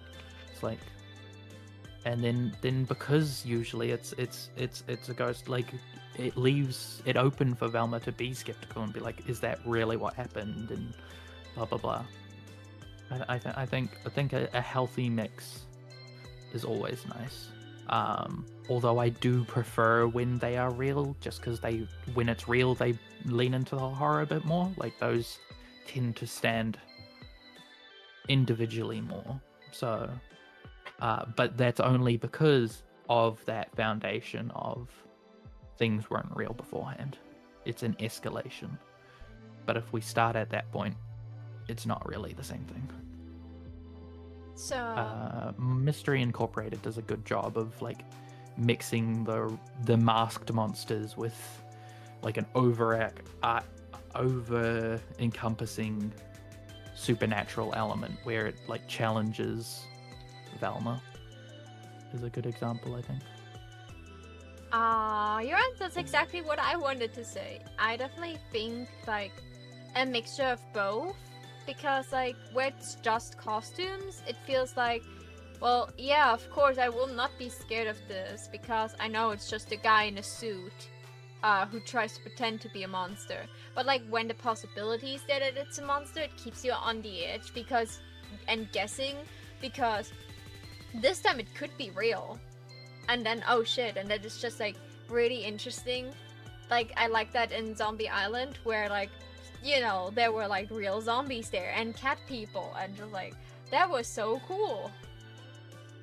So I just like the saying where Daphne's like, this is more haunted than I really you cut out there. like that was more than I planned for in the haunted department. Like I wanted it a bit haunted, like not this level of haunted. Yeah. like that is just like interesting, and I really like that because this is just like, yeah, some people in costumes make sense, it's cool, like, oh, figure out the mystery, and then like sometimes it's just like you have to really grind your brain, like why is there a real monster there? And I just really like that. So I definitely like the mixture of both. I wouldn't mind an entire series where it's always real monsters and they have to figure out while the monsters are hunting this place and stop the hunting from happening. I think that would be really interesting too. But like the mixture is very, very good. Paige. What do you prefer? Yeah, Real monsters? People in costumes? Both? I mean, I think it's fit for purpose. Like showing a kid, right? If I had a kid, showing this kid like the show, I like the fact that they are not real people, because then my kid doesn't have to grow up fearing, you know, like monsters appearing. As an adult, I prefer it to be a mix, so you never know what's happening. Like, you have more room for flexibility, right? If once in a while you do actually hit a real a real thing. Like, when I was little, right? I grew up with the Scooby Doo series, knowing that every single time it was so a person in a costume, right? And when you watch Scooby Doo and Zombie Island, they grind on this, right? And you start to get frustrated as well that, yeah, it's always going to be somebody in a costume. And then it hits with the fact that, no, it is actually not someone in a costume. This shit is real. And it just hits your little mind, right? Your little kid brain is you, oh no, it's not somebody in a costume. And I think that works really well. But if, you know, like, if it's a ghost all the time or a person in a costume all the time, then it starts getting really predictable. Like, for example, if you have Scooby-Doo but it's a real ghost every single time, that's just Ghostbusters or other ghost investigators or other monster investigator, you know, like, it's not really unique. The element of people in costumes were that made Scooby-Doo unique, right, as a show concept, right? Because, like, you would have people that are trying to use the supernatural as an excuse to do crimes, right? Because people are afraid of this stuff, right? So I think, how do I say this? It would be more interesting, rather than the ghosts being real, the monsters being real, the crimes actually existing. As an adult being, I think Scooby-Doo, but like, there are actually real consequences, would be actually better than both versions, either with costumes or with ghosts. Like, consequences is basically what I want. more than anything else, if that makes sense, right? But I do like that the kid version has them always being in a costume. So I like all of them. If that makes sense. All of their variations are good. Makes sense. I think I went in a tangent at one point. My bad. Oh no, don't worry. I just snacked on something. Amy said, I think that a lot of the point of the early Scooby-Doo was the idea of, you shouldn't be scared of monsters. They don't exist. You should be scared of adults and their agendas. What is kind of right, like be aware that there are people out there that don't want always the best for you. What is a good lesson, especially for young people. But again, like, I like when there's like a real monster from time to time. Kai, what do you prefer? I'm in I'm in a similar mind. Like, I lean more towards the real monsters, but I am in agreement with like Paige and Eden. I think like it's better with a mix of them because you can't have too much of one. Because if, as Paige said, if you go too heavy into one, it's either just solving a mystery with someone behind the mask, or it turns into like Ghostbusters, things like that. So I agree with Paige in that regard. But I do like leaning more towards the real monsters, and there was plenty of, there were plenty of episodes I feel that did have a couple of real monsters in them. Like there were subtle nods to them and like little like end cutscenes and things like that. But there were also the movies. There were plenty of movies that did both a person in a mask and a real supernatural thing. Like ones that come to mind straight off the top of my head are things like Zombie Island, Cyber Chase, Loch Ness Monster. I mean, there were also ones that also kind of looked at not just supernatural in terms of monsters, but also supernatural in terms of the world. Like, for example, the one, I think it's Pirates Ahoy, where they go into the Bermuda Triangle. Now, yes, there are parts of that where it's a person behind a mask, but there are also, like, genuine, like, actual worldly phenomenon, which I did quite like. And, like, The Witch's Ghost, you're talking a person in a mask, and then you've got actual supernatural, like, phenomenon in it. I do love that mix. Yeah, that makes us. But really I feel good. like I would lean more towards lean more towards the actual real monsters. I think because more geared towards adults, as Paige said, like it's probably better for the kids if it's just people in masks because you don't want to scare them too much. But as an adult, I would lean definitely more towards real monsters and things like that. More like definitely still a mix, but more like I just love the movies. To be fair. They Yeah. are my favorites. Octavia, what do you prefer? Real monsters, I- people in costumes, or a mix? I do prefer a mix, just because, you know, echoing the sentiments, you know, too much of either, it becomes something, completely different. Like a good literal mix. Well, I can't remember what movie it was. They were on this island, like, and they took one of those boats that that you can, put your car on. Mm. So they still had the mystery van. But they eventually get like captured, and they have actual straight up voodoo dolls that can hurt them. That's Zombie Island. Yeah, I was about to say. I was about to ask, like, are you talking about Zombie Island here? Because like I can't remember. It's been a while. Okay. Yeah, it sounds like different parts of Zombie. Yep. The I know part where was, the van it was. goes on the. Yeah, It the was. part where the van. Yeah. I know it's Zombie Island because I watched it just a couple days ago. I You don't just need have to it have watched in it a mind. couple days ago. It's burnt into my brain. It's like Same. And I watched a little clip of like top 10 the songs, and in Terror Time was not the number one. I am so unhappy. Like Zombie Island is the best movie, hands down. Sorry. Honestly, I It's rewatch good. it every few years because it's so good. Like every 2-3 Though- years, I just gotta rewatch it. Though I would argue that the best movie is Cyber Chase, just because I think it's awesome. Okay, no, I will come back to this later because, like I say, we're going off a bit, I think. But yeah, Yeah. we'll talk about that later.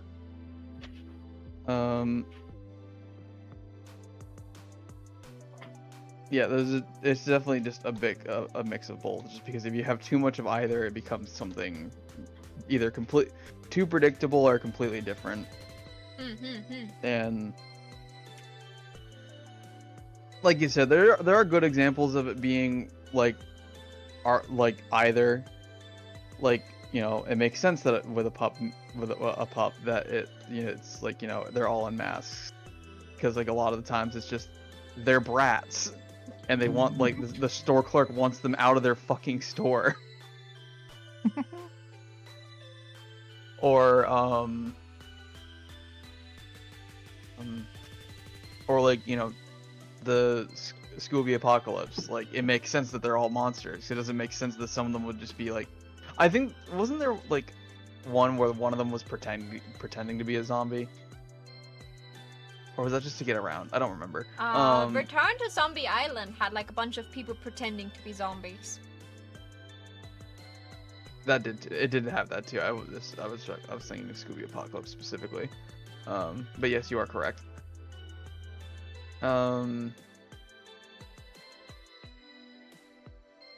It's been a while. I don't remember everything that happens in Scooby Apocalypse. It's a very like it's a chunky series. Yeah. Keep in mind, I haven't like watched any Scooby Doo media in a really long time, so. But yeah, it's just like too much of either is not. It's usually not a great thing. Very valid. Eden. Because the mystery of it adds to the mystery of, you know, what's real, what isn't. Very true. I like that everyone's answer was the exact same, except like with a sprinkling of preference. You know, it's like we're all in agreement that you know, it's such a long running franchise that you need both to like truly actually like break the formula. Yeah. Eden, what is your Scooby-Doo guilty pleasure? What did you expect as an answer for this one? Well, it was literally just mentioned. I really like Scooby-Doo Cyber Chase. It is probably my favorite, like, Scooby-Doo movie. But it's also not that good, I will admit. Like, movie-wise, it is, like, you know, it's very self-referential. It's, like, doesn't play, like, with the formula in a great way that, like, The Witch's Ghost and Zombie Island did. It's the first one of those the movies post that trilogy that like gets really formulaic, you know, and it gets like a lot more. I want to say it like that's the first one where they really get camp with those movies, where it really becomes a direct-to-DVD style Scooby-Doo movie, which also is part of the reason why I love it, because that started the trend of you don't go to the theaters, this isn't being like streamed to Cartoon Network, you just see it in the bargain bin at your local like Kmart or whatever the American or British equivalent of like where you used to go to get DVDs for cheap from. I'm being personally attacked right now. But like, you know, it's I love Cyber Chase so much. Like it, you know, has a bunch of the monsters from the original series that I used to love. You know, it got an interesting twist where it's like the monster is real in that it's like it's not a person in a mask, but it's also not real in that like, you know, it's technology. It's like it does that a thing that like later Scooby-Doo media does, where it like gets Velma to like explain how it works. They're just like, oh yeah, you know, this thing that is entirely like fantasy and sci-fi and completely made up and bonkers and makes no sense, that shouldn't work. It works because that's just how science works in our universe. And a scientist made it. And Velma's just like, yeah, I'm chill with this. It ain't a real monster. It's literally made of lightning and friggin' can digitize me. But like, you know, that's just a thing that exists in my world. That this is all fine and normal and cool. And it's like it's not bad. It's fun, it's enjoyable. It's just not like top tier, you know? It's not like Like they went into it with the idea of making a fun Scooby Doo movie, not making a good Scooby Doo movie. You know, they were just like, let's fucking bring back the Creeper. Everybody loves the Creeper. Let's freaking, you know how all those movies from fucking the 80s, we had different color palettes for the characters for no reason? Let's make that, like, give that a subtle reason, you know? Let's give a nod to why Shaggy had a red shirt in this, you know? So that's my guilty pleasures. That's my when someone says, "Hey, do you want to watch a Scooby Doo movie?" I'm gonna be sitting there like, "Let's watch Cyber Chase," and no one says, "Do you want to watch a Scooby Doo movie?" and then suggests Cyber Chase. You know, they go to the live action movie or something else first. You have met me, therefore you have met someone that will recommend the Cyber Chase first. Okay. I was about to say, I would as well. Yeah. Sure you would. Okay. I wouldn't recommend it as number one, but it's definitely in top 3, top 5, and all that. Like even people that I've watched Cyber Chase with, who say that they don't like Cyber Chase, they're always smiling. You know, that's the kind of movie it is. It's like, it's not the best in the series. It's not what you use to introduce someone to. It's just good. It's just fun. And that's why it's my guilty pleasure. Amy, I hate you. You're banned. Sword removed. I'll remove it. Paige, I don't think you have that power, Eden. I think she's a mod, so I think she can? I don't know. Mods can't mod mods. Sadly. Well, I removed it earlier, but I already gave it back. Yeah, Hey. sorry. Sorry, yeah, I have something to do. Honestly, the two movies, like Ghoul School and that one where Shaggy gets turned into a werewolf, they're really stupid movies. I am the first to admit they're really stupid movies, but I love them. I love them so much. I watch them every single time. They're so dumb. They're so... Nothing makes sense and things happen because, yes. They just happen. They don't have any, like, main focus. It's not really... And you can tell it's a Hanna-Barbera type, like, made movie because every time there's this type of movie, they'll use the same goddamn soundtrack. Right, for it every single time. I know because I watched several Hanna-Barbera movies like this, like for example Flintstones and Jetstones, or what was it, the one with the Huckleberry Hound. That's also a guilty pleasure, but not so those two movies, I know they're not like peak cinema, but I love them. I just love, especially Ghoul School, right? It's just fun. It's fun. You have Shaggy training this group of monster girls. It is so fun. It's so fun. It is. That is a great pick. You are 100% right. I approve this message. Yes, monster girls. There's like a vampire girl. There's a vampire, a werewolf girl, a really small, cute, mummy girl. She's like 3 or 4, something like that. But she's just a mummy, and it's so cute. A crazy ghost girl, like not crazy in the sense that she's actually saying like she's silly. She's super silly. She's the type of character that will have that silly little continuous laugh. And then there's the Frankenstein girl. Honestly, the least interesting in all of them. She's the least interesting because she's just the daughter of Frankenstein, and therefore it's like. So I mean, she's they're just a all normal daughters human. of monsters. Like the girl's literally the daughter of Dracula. Right, like one's the in Doctor Dracula. Yeah, but like the in my Frankenstein head girl is canon, she is actually the daughter of Dracula in Vanna. She does seem like She their also daughter, gives right? very much more Tisha vibes. Yeah, she Yeah. does. Yeah.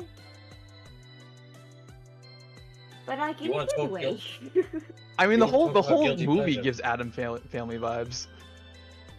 Yeah, true, absolutely. It does have that that and the one with Shaggy turning into a werewolf. They do.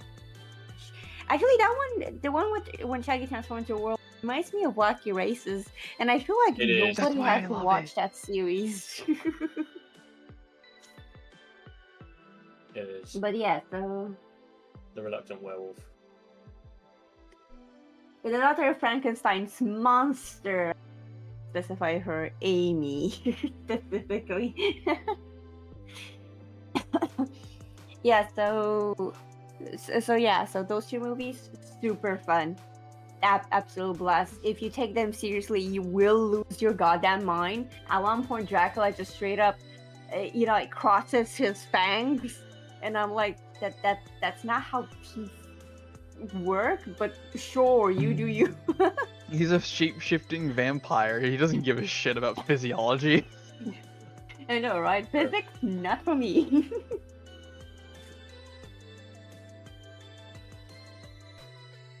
You want to That's- talk about guilty that's pleasure, definitely- Paige? Can you name all 5 of the girls?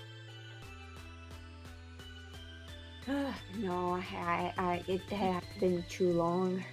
That's fine. Don't worry Very about well. it. How about Kai? How about you Yeah, give us oh. your guilty pleasure instead? I was gonna say it's like my guilty pleasure is probably Ghoul School as well. One of the episodes of What's New Scooby Doo, the Fast and the Wormius, because dear God, in that episode, did it not make sense a lot of the time? Like, it was a racing episode, and the bad guy or the villain was a giant worm.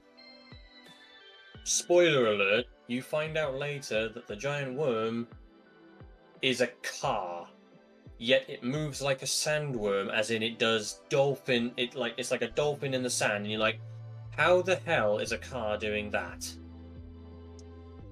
And it's just like, Magic! you find out who it is, and it's just like, it doesn't make sense. There are plot holes to this. But yes, I would say guilty pleasure is definitely movies like Ghoul School, Pirates Ahoy. I mean, I did years and years and years ago used to go to our grandma's house, and my brother and I would watch Cyber Chase. It was around Christmas time, but it's not even a Christmas film. But it's almost like a little it was almost like a little tradition we had whenever we went there. We had to at least watch Cyber Chase once. That's like the last unicorn So, yeah, in Germany. Like a Christmas tradition to watch this around Christmas. Ah, fair. But no, yeah, like I say, Ghoul School is definitely fun. Pirates Ahoy is also fun as well, but that does incorporate a fear of mine into that one, so won't go into that one too much. But no, I love all the movies. I can't find anything bad about them because there just isn't, in my opinion. Well, that is a very rose-tinted glasses, but I will take it. Apologies. No, it's fine. It's fine. If I talk about something I like, I also wear the rose-tinted glasses. Octavia, what is your guilty pleasure? I fucking love Reluctant Werewolf. It's so stupid. It's so funny. Shaggy pulls the baddest bitches. It doesn't fucking matter. Okay, but my favorite character in Reluctant Van. It is his wife. She is a precious little bean. It's so stupid. I do love Ghoul School, don't get me wrong, but I have to be in a mood to watch it. Like with Reluctant Werewolf, it is just Wacky Races meets Scooby Doo, and it's so fucking stupid. It's so fucking funny. I love and it the thing so about it much. is that Dick Dastardly is Dracula. Take a bad what you wish. I'm not as fond of Boo Brothers as I am the other two, just because it feels like they couldn't get the rights to Casper. And so they just made their own shittier version of Casper. Oh, the one with the ghost. What was it called? Yeah, no, I hate that one too. As far as I love the ones that are nonsensical, I feel like that one is the peak nonsensical. I also don't understand why all of the the arts have Shaggy in his green shirt, but all of the ones in the fucking in every single one of them he has the red shirt from the redesigns. I just think it's really funny because it's like, oh, everyone recognizes Shaggy with his green shirt, but he has his red shirt in the fucking movies. Mm-hmm. It's just really, really funny that they like weren't like comfortable using the red shirt for the thumbnails or whatever, but like they have him in his red shirt in every single one. That's hilarious. I love that.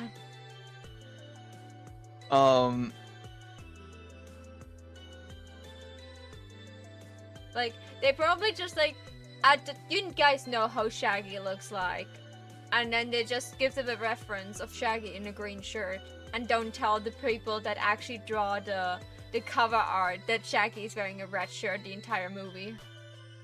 Yeah, 3 times in a row. Okay. Like what the? It's so funny. Next question. I want to spice this up a little bit more. Next question is, what is your least favorite member of the gang? But I would also like to hear who your favorite member is. Eden.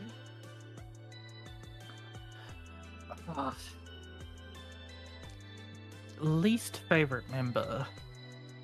It feels like a sin to say, but I think realistically my least favorite is probably Scooby.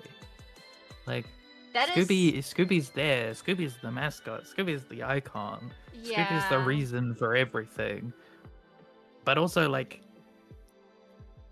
Scooby has the like least going on. Yeah. Like we've like removed from most scenes. He like the show still works without him. Though I never think they should do any Scooby Doo property without him. Obviously, that would like who would ever do that? That would never happen. Ever do that? No. Awful. Like Yeah. Scooby Doo is like iconic and important as a mascot. You should not get rid of him. But like if you have to compare him to the other characters, he's definitely the weakest one. I mean, he is a dog at the end of the day. In his defense, he's a dog. Yeah, A talking exactly. There dog. can't be much going on. I've never been one to actually really like the like companion animal character, so I think that might be a little bit of my bias. Is like I think Mulan would be better without Mushu. Actually, it's What? like. No, I was those are fighting words. Yeah, I was pissed when that movie came out without Mushu. So Yep, that was No. bad for other reasons. Okay. yeah, that movie was bad for multiple reasons. Mushu being missing is just one of them. Yeah, it's that's not a problem with like not including Mushu. That's a problem with everything from like should be set on fire and not have been done. But like Oh, I kind of agree. I also think Mulan would have been there without Mushu. Sorry. Mushu is Hey, I love not you, the babe, greatest babe. You character. You just want me to scream, don't you? Mushu is not the I am greatest right there with you. character. Don't worry. Mushu is not the greatest character in the movie. That is a fact. He is causing a lot of headache to Mulan, and like ruins a couple things for her. But at the same time, like he's iconic for this movie, and he's the comic relief character, so you don't cry when she gets like kicked out of the military. You need Mushu there because otherwise you would cry. I even mean, as a maybe 5-year-old, I was version like, of this is offensive, right? He ruined. Maybe if Mushu didn't have such a like, I hate overly prideful characters that have no reason to be overly prideful. Like the point Be of humble, it isn't that bitch. Mushu shouldn't be there as a character and as a comedic relief. It's just he just happens to be annoying. I don't mind and I don't mind a animal side character. Like, for example, Puss in Boots did the sidekick very well, right? That comedic relief character was very good. Like Kurita, I think he was. Like, he's good. He is good as a comic relief character, right? But that's because he's not overly confident and extremely, like, oh, I know what to do, and then he recommends something stupid and it derails the entire like thing, right? And it makes things really awkward, right? I don't like cringe stuff, right? So when a story turns cringe like that, I'm not a fan. So maybe Mushu, but not really Mushu, if that makes sense. Like the Mushu that is different, right? I don't think you should take him out completely. Just, I don't know. I Don't make the understand what you- funnies being him arrogant. Like, I don't know. Let's not make this a That's my Disney. 2 cents. Let's not make this a Disney tangent too long. It's fine, but I can see Eden's point there. So don't crucify me. I know you all like Scooby Doo as like a show in movies a lot. Don't crucify me, okay? But personally, like Scooby and Shaggy are not really doing it for me. Like, most of the time, like, yes, they find the monster first, but like at some point, like, I'm a very scared person most of the time. Like, but especially when they usually deal with non-monsters, but like actually just people in costumes. Like, I would be maybe scared for a second, but like I would maybe see through that. Like, like if this is the 100th monster I'm dealing with, that is a guy in a suit, I kind of wouldn't freak out like this anymore. Like, it's something else when there's like a mixture of both, but even then, like, I think you get numb to certain scares at some point, and yes, it's funny if he gets scared, but sometimes it's just like, so, like half of the Return to Zombie Island was just like them trying to ignore the mystery because Shaggy forced them to promise to don't do any mysteries anymore. Because like he was scared and was like, yeah, but like I can see why you want that, but like you also like had to go through an entire movie to realize that you forced your friends to literally like ignore 80% of their own personality, which is like a very big move. Like, I don't know, like Somehow a fucking connection. it's just like I can see why they did it, and I was happy that they pulled through until Shaggy said they can follow the mystery. Like, that was peak friendship moment. But like Shaggy and Scooby, like half of the time you just see them eating, or like it's just, oh, they overeat themselves again, hee hee ha ha, and I'm like, it's not funny anymore. Like, a lot of Scooby and Shaggy jokes feel repetitive to me, and I didn't watch a lot of movies, so that's why, like, I still don't want them to be erased off the series. I think they play a crucial part. I just feel like, in my opinion, that they don't really do it for me. Like, if I would root for a character, it would anyone but them. Paige. Who's your... oh yeah, no, wait, Eden. Who's your favorite character? I completely forgot that I also asked that. Oh yeah, I forgot about that too. This feels weird saying this after your segment, but I always loved Shaggy. That's fine. Your opinion, not mine. No, yeah. As a kid, my dad had like a goatee and had like brown shaggy hair. I fully thought like Matthew Lillard from the 2004 movie was just my dad as a secret actor. Like, he just had a secret acting job that he, for some reason, wasn't allowed to tell me about. And I thought that was my dad in the movie. I always, like, loved Shaggy the That is most. so cute. Yeah. A, because he reminded me of my dad, and B, just because, like, he liked food, and he, like, he was always with his best friend, and, like, he was the only one reacting like, hey, this thing's trying to kill me, maybe we should be scared.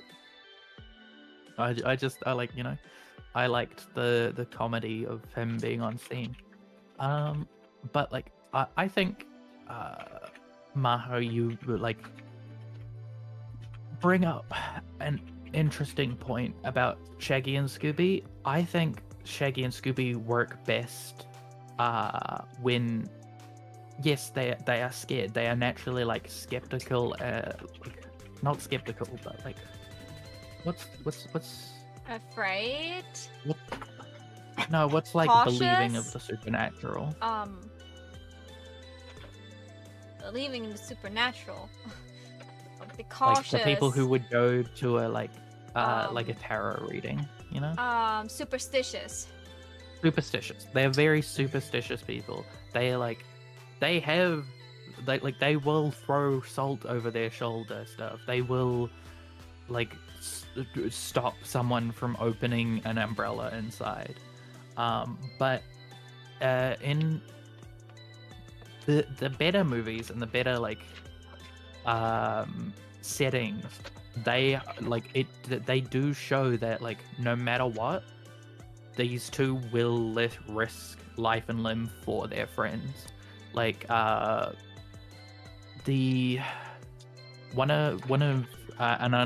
underrated movie is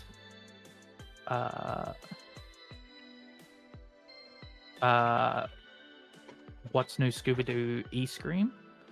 It's not a movie, it's an episode. Basically, like, Velma gets trapped. Like, the entire episode is, like, framed around them investigating some cute little monsters in a mall and stuff. But, like, the gang, except for Velma, keeps acting all, like, different and, like, out of characteristic. And it's basically a sequel to Cyber Chase, because Velma's actually been put in VR this entire time. And the reason she, like, to prove that, like, someone's put her in this to, like, prove that she's not that smart and that she couldn't figure it out. But she figures out that it, like, the whole scenario is fake, because she just knows her friends that well, and because she knows that, like, Scooby and Shaggy, although they're scared and stuff, they would always, like, Do things risk for their friends. everything for their friends and stuff. And, like, they know that, like, these habits of the characters, and, like, that's the stuff you get in the good Scooby-Doo media, where, like, it's been running for a while, is they have to evolve these characters and they have to show that stuff. Like, even in the original, like, the original Scooby-Doo Where Are You show, that was always their character, is they were goofy and they were stupid, like, they were scaredy cats, and, like, they were always overreacting, even when, like, the rest of the gang was like, we have to investigate, like, it's like, we have to find out who's dressing up as this ghost. They would go, oh, but it's a ghost, we should run away, this is terrifying. But then, like, they would go out of their way to work in the trap, like, to be part of, like, the trapping process. And they would take the scarier jobs because that means that their friends wouldn't have to do it, and they knew they could get away better than the others. Yeah, they're good at I escaping. think it all depends on which movies and shows you're watching. Yeah. I mean, Shaggy can run at the full speed, the same speed as a fully grown German Dog. Shepherd. Yeah, Yeah, true. It's a Great Dane, but yeah. Or Great Danes, yeah, sorry.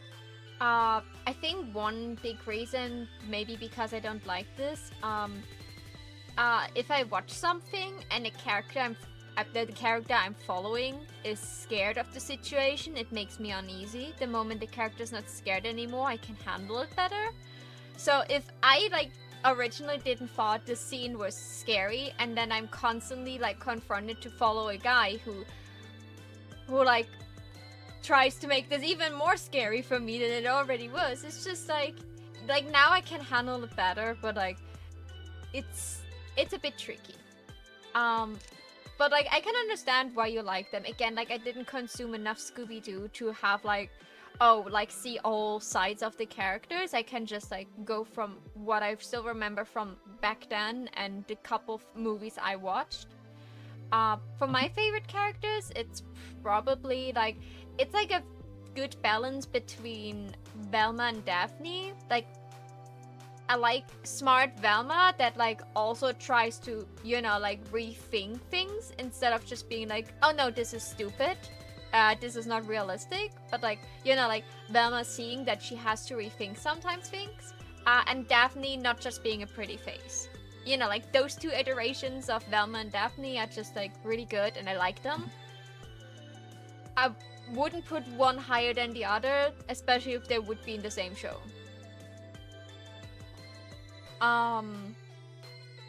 So, Paige, who's your favorite and least favorite character of the gang?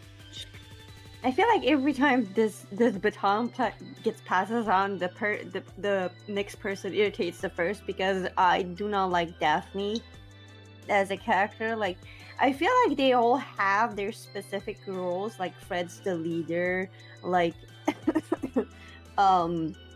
you know, like Velma's the more, you know, like she's not the leader, but she is instead smart. And then you have the comic relief character, and then there's the you know, like mascot, right? But Daphne is especially in the first part, like of the series, like the very original part, that's exactly what she was. She was basically the girl, and she was silly.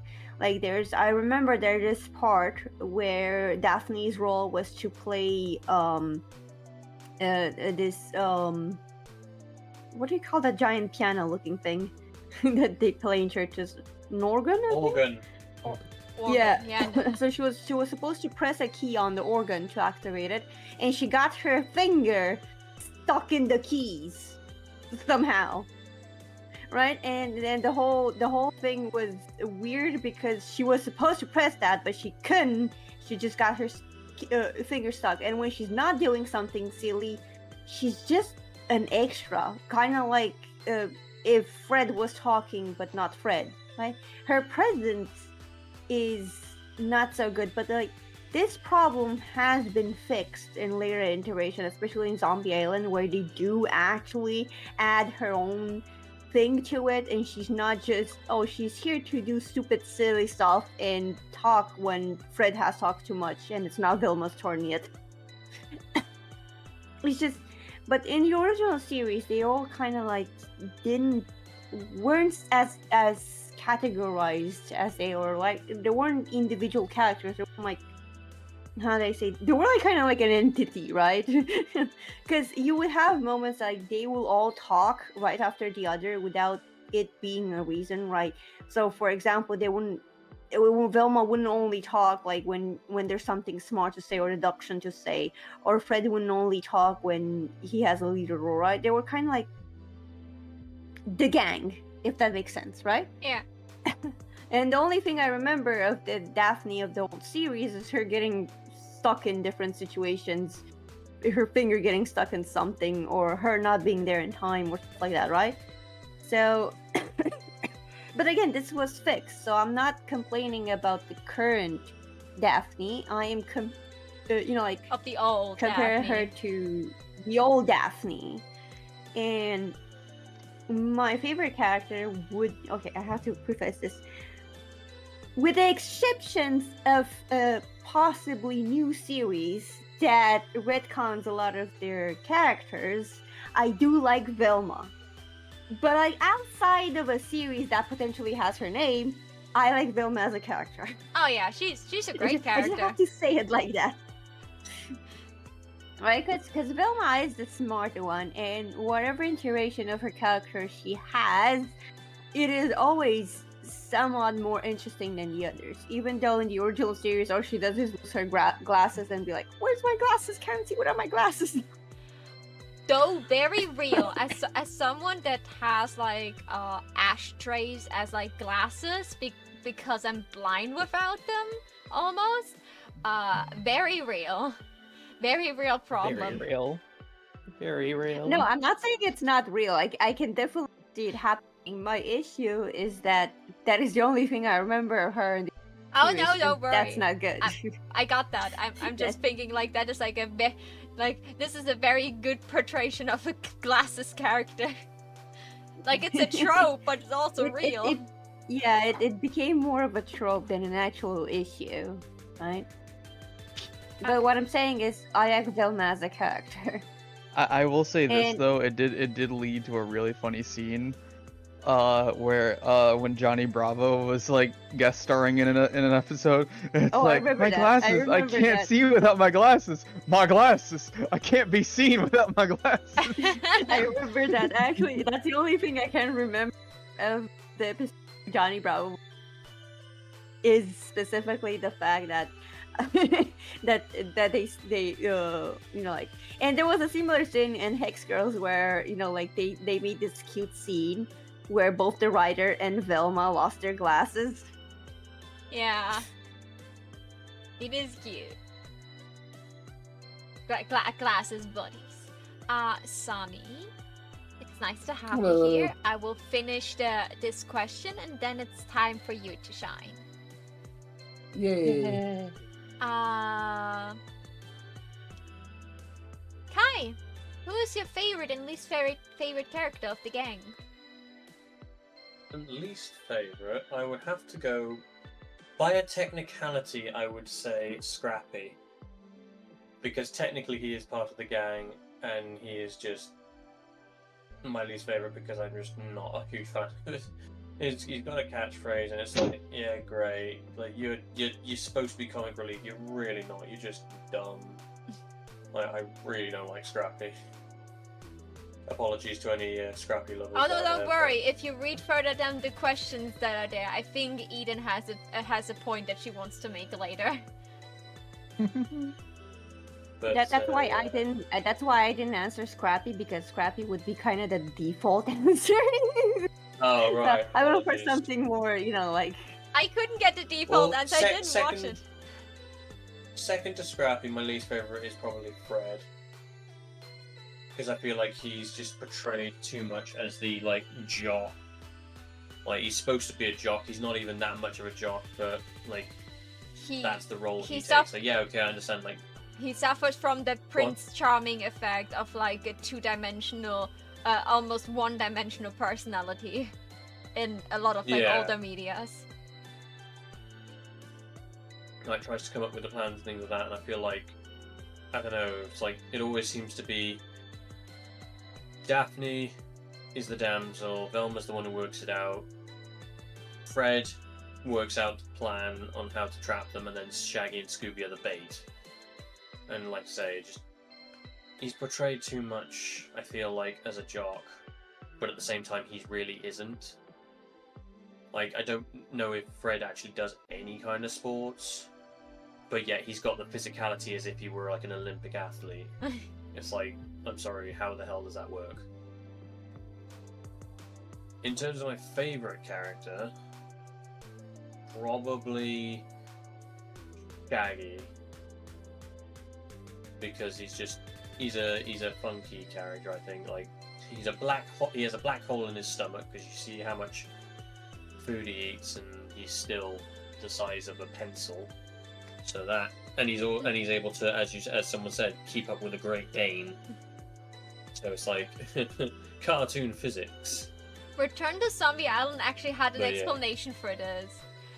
He was like, he tried to, go on a vacation, and then they, like, after this entire mystery end, he was like, you know what, like, being scared and running away is a really good workout by all the food I'm eating. Like I gained weight just like over this short vacation, so this is a really good workout. I would get fat if I wouldn't be scared all the time. What I thought was a funny reasoning of him being like always scared and like always running away is like being the perfect workout. Indeed. Would make sense. If you run so much, you do burn a lot of calories. He is, and he did run track in high school and was a gymnast. Well, that is cool. Yeah, that's literally the explanation of why you can keep up with Scooby. He ran track in high school. In the first ever episode of Scooby Doo, he does say that he was on the gymnastics team at his school. So that's like whenever they break into places, they send Shaggy to break in because he can like do high jumps and like fit through tiny spaces. He's the most physically able of the group. It's not Fred, it's him. Shaggy is the jock, not Fred. I got jump scared because I forgot Sunny's here. Definitely happy. I wouldn't call him Hello. a jock. He doesn't have the personality of a jock. But he has No, that was a joke. Yeah. I know. And not all jocks need to be assholes. Octavia, who's your least favorite and favorite character of the gang? Even if we do include Scrappy in the gang, it's not Scrappy. It's fucking Fred. Because here's the thing. Fred helps set up the traps. Velma actually plans the traps. He's not even there to like make up the traps. He just helps set them up and says, "Let's split up, gang." He's such a blank slate of a character. He doesn't do anything until Mystery Inc. Not even in the live actions does he do anything. And even the live actions point that out. It's like, yeah, Velma is like doing all of Fred's work for him, and it's true. There was this Because it. the second live action, the 2004 one that has like the sequel to the first live action or something like this. Yeah, that's like they like talk about Skull like Island is they, the first one. Yeah, they talked about like they let like someone escape like from after they had the exhibition open, and they got all like framed as idiots in the media. And like Velma like said no it's my fault that this happened of that, and then Daphne was like, no, it was my fault, I should have checked before letting go. And then Fred had the audacity to say, no, it's my fault, I know how Shaggy and Scooby can be. Like, that is not an excuse, this is shifting blame, and I thought that was absolutely a douchebag move. Like, even if I'm not the biggest fan of Shaggy and Scooby, even I thought that was absolutely lowest of lowest to say that. Especially knowing they could listen in on this. Like, this was not this was like a mistake that all of them made. They could all not expect this to happen. That like things in there like that like suddenly things wake up in their museum and stuff. So like then just like being like, oh yeah, no, it's my fault because Shaggy and because it's Shaggy's and Scooby's fault, and I should have known better. Like, no, that's awful to say, especially about one of your friends. He's such an asshat in the live. I didn't even think of that. Thank you. Like, and then like, yeah, I think he does that in the first movie too. That he blames Shaggy and Scooby for getting them body swapped.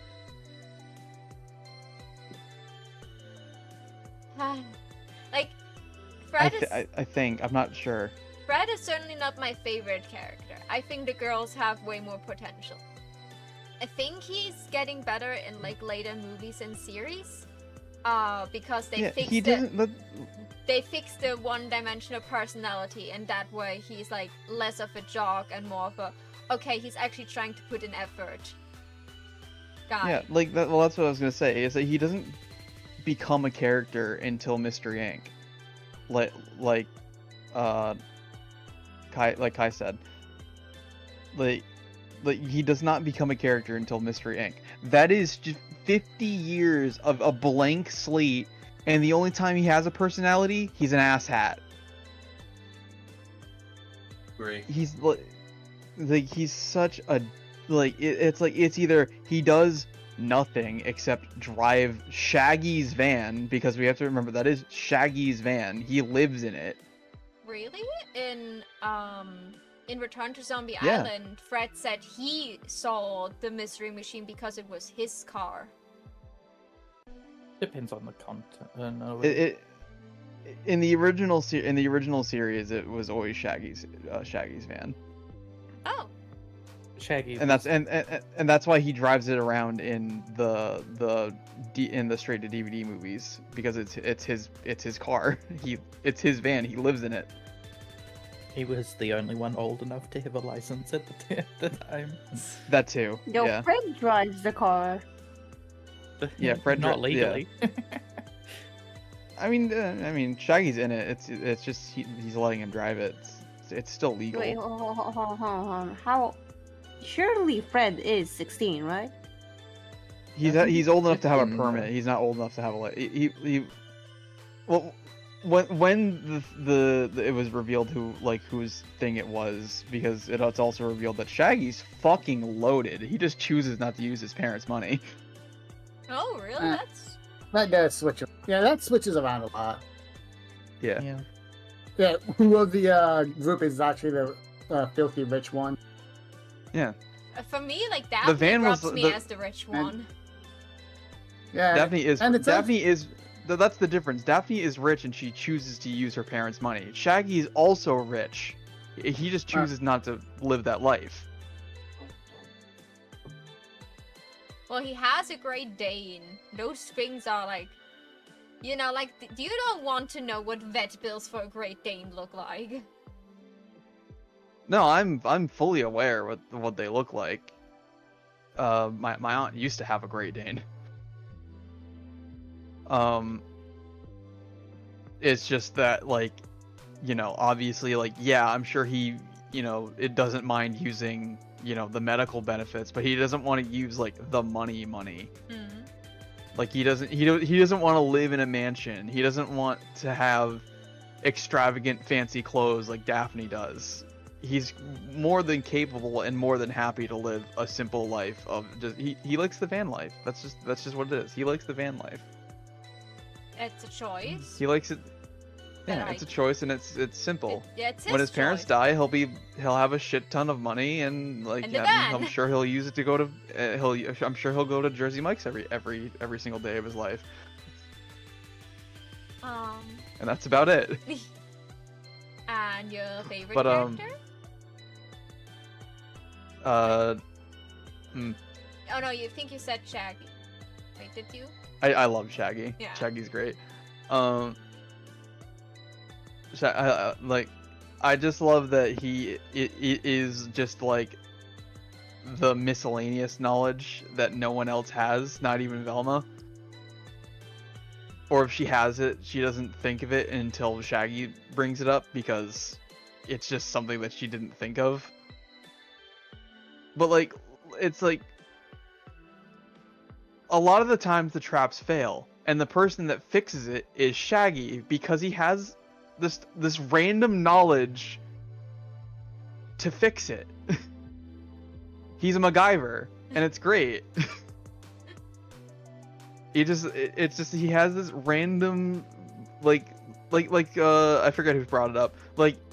For some reason he's an expert therapist as long as he has a puppet tied to his hand. That was Eden. Or he telling can us throw that. his Eden. Or he has he has the ability to throw his voice, and that gets the ghouls and stuff away from him if they're hidden, but they need to get out because the guy isn't leaving. I remember that episode. Eden, do you think you can summarize that in less than 3 minutes? Yeah, I reckon. Go. Right, I love that. Fred is, yes, starts off as, I think, the least personable of the group. Like, he has the least, like, definable traits. He has the least, like, recognizable role at surface level. Like, especially as a kid, you're not going to notice it. But if you actually go and watch, I think, a lot more Scooby-Doo content, and you actually focus on Fred, even in the live action where he is kind of a shitbag, but that's just like Freddie Prinze Jr. doing a great job at being an ass. He's, you know, he was perfect for that role. But like, Fred is not there to be the person who, like, designs the traps, even though that's like his Mystery Incorporated thing. That's his like hyper focus. That is. He's not. He is ADHD king. Yeah, he is, or like autistic himbo, the best of the best. He is there to keep the gang together. Without him, there is no gang. He came up with the idea for Mystery Incorporated in universe. That is like the explanation, because otherwise these people would have nothing to do with each other. If you think about them all as individuals, they don't have anything in common. Like, a lot of media, like The Mystery Begins and stuff, will make Scooby that, like, the person that brings them together. But, like, I think the best media uses Fred, because that's what he's there for. He is actually the person with charisma. Everyone would think it's Daphne because she's all about fashion and stuff. But no, she's the, like, you know, she's the badass. She's the one who, like, you know, takes charge, knows what she wants, and like knows when, like, she's got the insight. She knows when people are lying.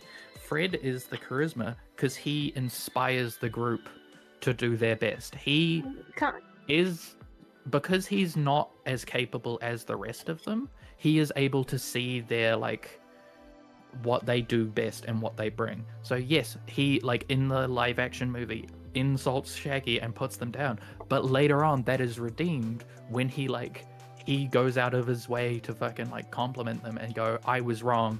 Yeah. You guys are always, like, doing the most, like, you guys are terrified and you don't want to be here, but you still, like, help and, like, you care, and you're like, you know, you're so good at distracting the like people. You can, like, eat anything out of house and home. You're blah blah blah. He hypes everyone up and brings them together. Whenever they're having an argument in an episode, he's the one who's like, okay gang, we're gonna split up this way, and, like, we'll strategically send the people who are arguing off together so that, like, they work it out. Or he will like be like, let's do this where it's the best of both worlds.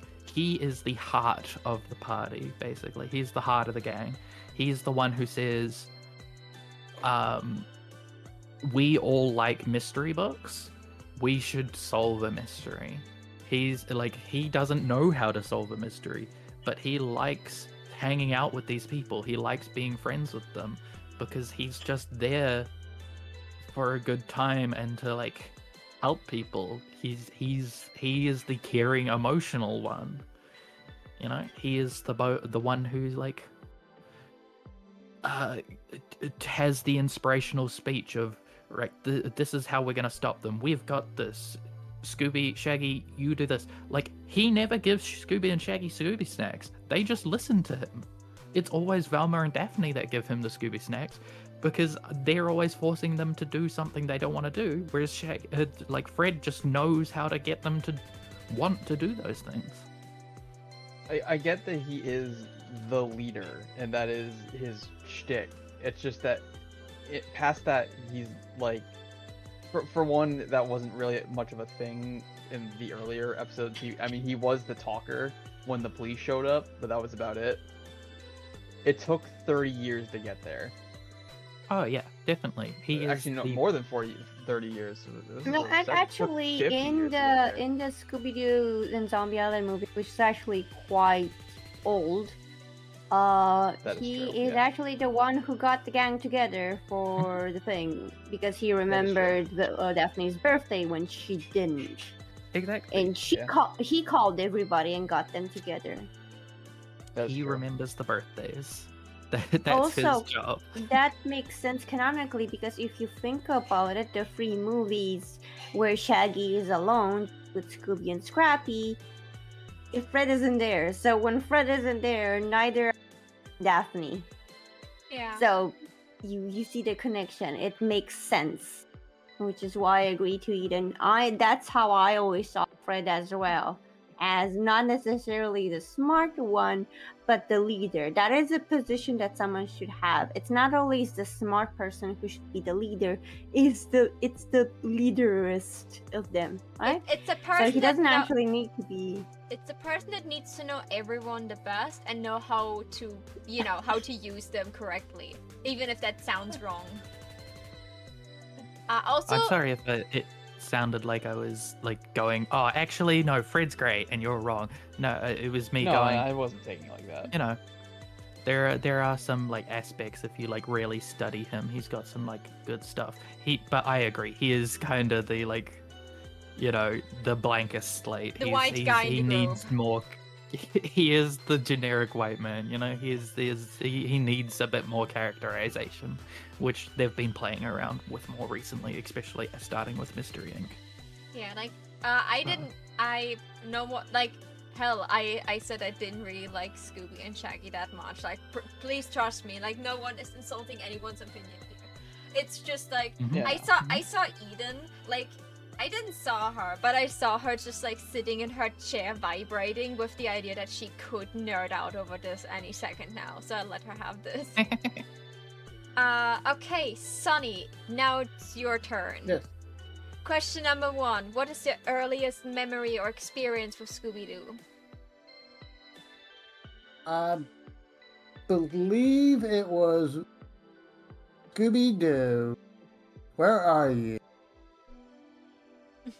The memory I have I don't think it was the earliest one, but the one I remember the most was the airfield and the tackling alien mine.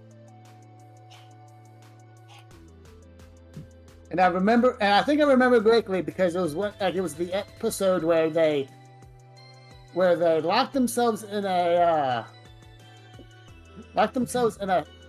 cabin. They locked the door. Scooby-Doo threw the key outside the door, and then the ghost opened the door. They had a desk pushed up against the door, one of the doors. There was 2 doors. The ghost opened the door from the inside because it came inside out and inside. So they ran to the other doors we need to get the key to get out of here. And Scooby was I threw the key outside. So they both jumped out the window, grabbed the key, jumped back into the cabin to unlock the door, then run off. That's great. That is. I think that is a good first memory, or at least a strong memory. Question number 2. It really left an impact. It left an impact. It portrays the characters well. Question number 2. Yes. What is your favorite type of Scooby-Doo media? TV shows, games, movies, comic books, etc. definitely the TV shows. Fair. What is your favorite version, art style, or portrayal of Scooby-Doo? The live action, What's New, Mystery Inc., Scooby Apocalypse, etc. I like the original. Just the simple, a bunch of meddling kids solving. Makes sense. What is your least favorite version of Scooby-Doo, besides Velma?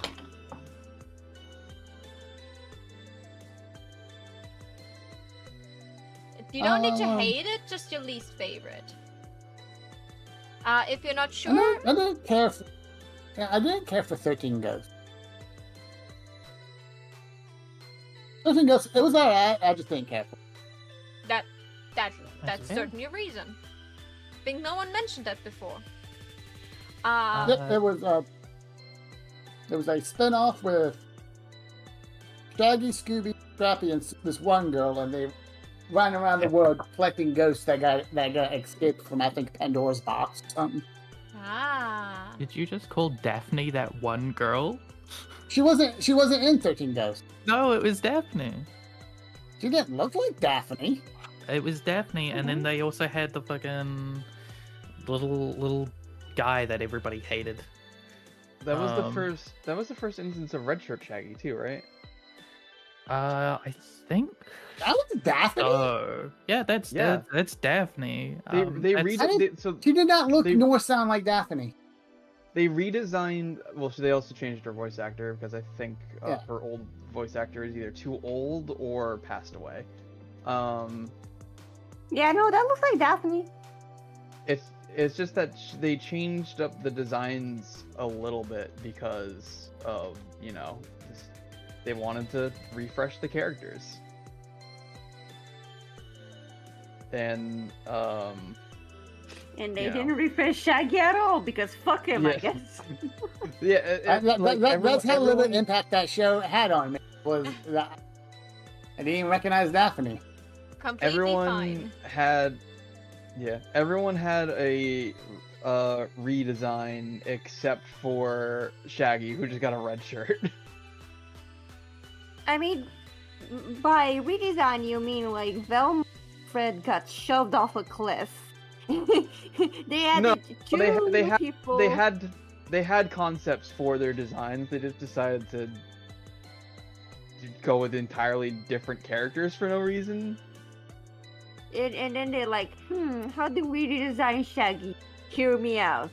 Instead of green, we go red, and everyone's mind's like, oh my god! You're a fucking genius! Promote this guy! Okay. Do you want more Scooby Doo? If yes, what do you want them to make next? Yes. What do I want to make next? More Scooby Doo. Valid. What is your favorite opening or Scooby Doo song?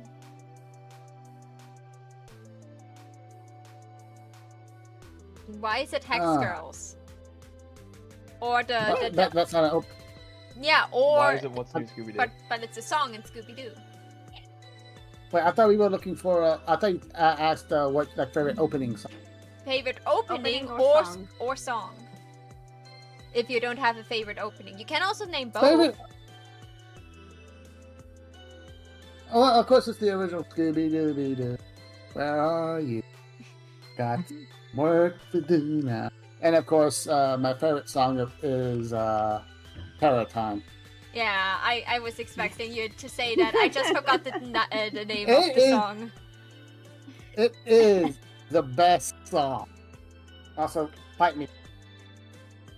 Why should I fight you? I'll beat you with my cane. Oh. I'll beat you with my cane. Never take my dentures out. Before you do that, answer the next question, please. Do you prefer real monsters when they're dressed up as people, or a mix of both? I prefer them dressed up as people. That's the kind of the core of the Scooby Doo. It's monsters aren't real; they're just people in masks. Oh my god, Holy Sonny's shit, the a different answer. Oh my god, yeah. That's because Sonny's that old man that like thinks how they were once before. He's literally like in the front of his, in a rocking chair, just with his walking stick, like, those darn kids off my lawn. He's the the whole old guy. idea. That was the whole idea behind Scooby Doo. It wasn't like there are monsters and spooks and ghosts. In real life, there are people who are greedy and corrupt. And the people behind the mask are just people. The real monsters were behind the mask. Yeah, are the people behind. Okay. What is your Scooby-Doo guilty pleasure? I want to try Scooby. No. What series do you enjoy even though they're bad? Yeah. Like for example, I gave an example. Velma. Could you say it again, please? I unironically enjoy Velma. No, I don't enjoy the show Velma. I enjoy the way people talk and act about. Oh my god, I will stop that conversation right there. I accept this answer, Yes, but Sunny certainly but he didn't was read. not paying attention. Yeah, Sunny was not reading the form he had to fill out before this talk show. Okay, last question you have to answer in the rapid fire. Who's your least favorite and favorite member of the gang? I really didn't. Least favorite, and my favorite was Scooby. Okay, valid. Can someone repeat the answer? Because I didn't hear it. No, I don't really have a least favorite of the gang, and my most favorite was Scooby Doo. I accept that. Like, I force no one to get an answer out. Okay. I didn't even have that much of a problem with Scrappy. Yeah, no, that's for the next question. Okay, Sunny. Your turn is now after Paige. Remember that, okay? Okay. Thank you for the rapid fire. You were fast. Good boy. Good alien. Good entity. Girl? You're good everything. Eden. Do you hate Scrappy Doo? Yeah, now. Do I hate Scrappy Doo? I hate modern Scrappy Doo. I hate that Scrappy Doo is hated now. It's like, I wasn't particularly fond of Scrappy Doo. Like, I loved, Ghoul School and frickin' the Boo Brothers and stuff. I watched the Boo Brothers the most for some reason. And the Reluctant Werewolf. They all had prominent Scrappy Doo in it. And I found him annoying, but I didn't find him that annoying. I didn't hate him. I was just sometimes he was a little fucking shit, but then I was just he's a kid and he's being purposely overconfident because he looks up to his uncles who he sees as the best people in the world, and he wants to be just like them, even though his view of Scooby is that Scooby is the bravest, most coolest person in the world, and Scrappy wants to be exactly like him, even though Scooby's not like that at all. I think that's neat. But I hate that now Scrappy is a villain and everything, and they don't address him or anything. Instead of trying to change or update his character or give him a redemption arc and stuff, they just either make him the villain or kill him off. And I'm just I'm over it. I don't care about your fetish for hating this child character. It's you can do, if you're so competent at writing, do him better. You can do him better. I don't think he's great. I like him better than Flim Flam. Fuck Flim Flam. Okay. Ooh. Exactly. Okay, Paige, do you hate Scrappy Doo? Not really. I made a joke earlier that answer, but that's most of a stereotype. I don't have anything against him. As Eden said, he is low-key annoying, but again, as Eden pointed out, he is a kid. I'm still trying to find out whose kid is it, but he is still a kid, right? And I do think the Seder is just so weird, right? Because I don't know. Yeah, sure, he's annoying, but he's not more annoying than your average sidekick, relief thing, right? So I don't hate him, but it's fun to say that I do. So if asked, I would say that I hate him, but I don't. I have no. So if I were to, for example, someone come to me and would you erase this character from existence? I'd be like, no. But if I were to ask, hey, do you hate him? Yeah, absolutely, kill him. You do the light, right? It's a meme. Yeah, it's a meme. You do the light-hearted hating. But I don't actually hate him. Okay, I have nothing against the pup. Yeah, it's the same way that people like myself say, oh, you want crotch goblins? Well, if you really want them. I don't hate children, but I will call them crotch goblins if no child is close to me. Sunny, do you hate Scrappy Doo? You cut out? I heard blub blub. I'm ambivalent. Okay. Ambivalent. Am I the only one that doesn't understand it? I'm hearing ambivalent, and I don't think that's a word. That is a word. Yes. It basically means like I don't give a fuck. I don't have strong feelings, particular either way. That makes sense. Take it or leave it. Completely fine. Kai, do you hate Scrappy Doo?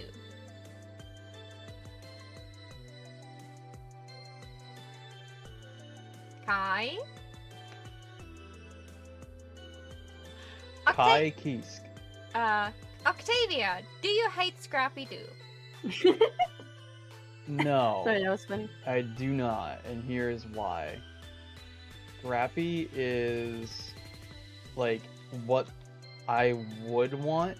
It kind of bleeds into the one of the later questions, but is what I would want in a extra character for the gang, just executed poorly. And like you said, like he's not any more annoying than, like, you know, a little cousin or whatever, and like, you know, or a younger sibling. Like, he's not any more annoying than that, and so in that regard he's pretty bearable. However, I also think that like what he was supposed to be still works and can still like exist as long as you execute it right. Because I think like if there was like a sixth member, it should be another animal, because like I said earlier, everyone has their foil except for Scooby.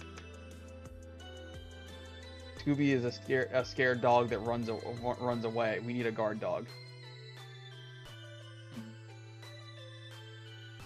Interesting. Definitely interesting. Good point. Kai? Kai's still dead, okay. Then we will move on until we hear him again. Dog. What's the dog doing? Okay, question number 11. Do you have any Scooby-Doo recommendations for newbies or in general? Eden, tell people what you recommended to me. For newbies, obviously you gotta go with Scooby-Doo Monsters Unleashed.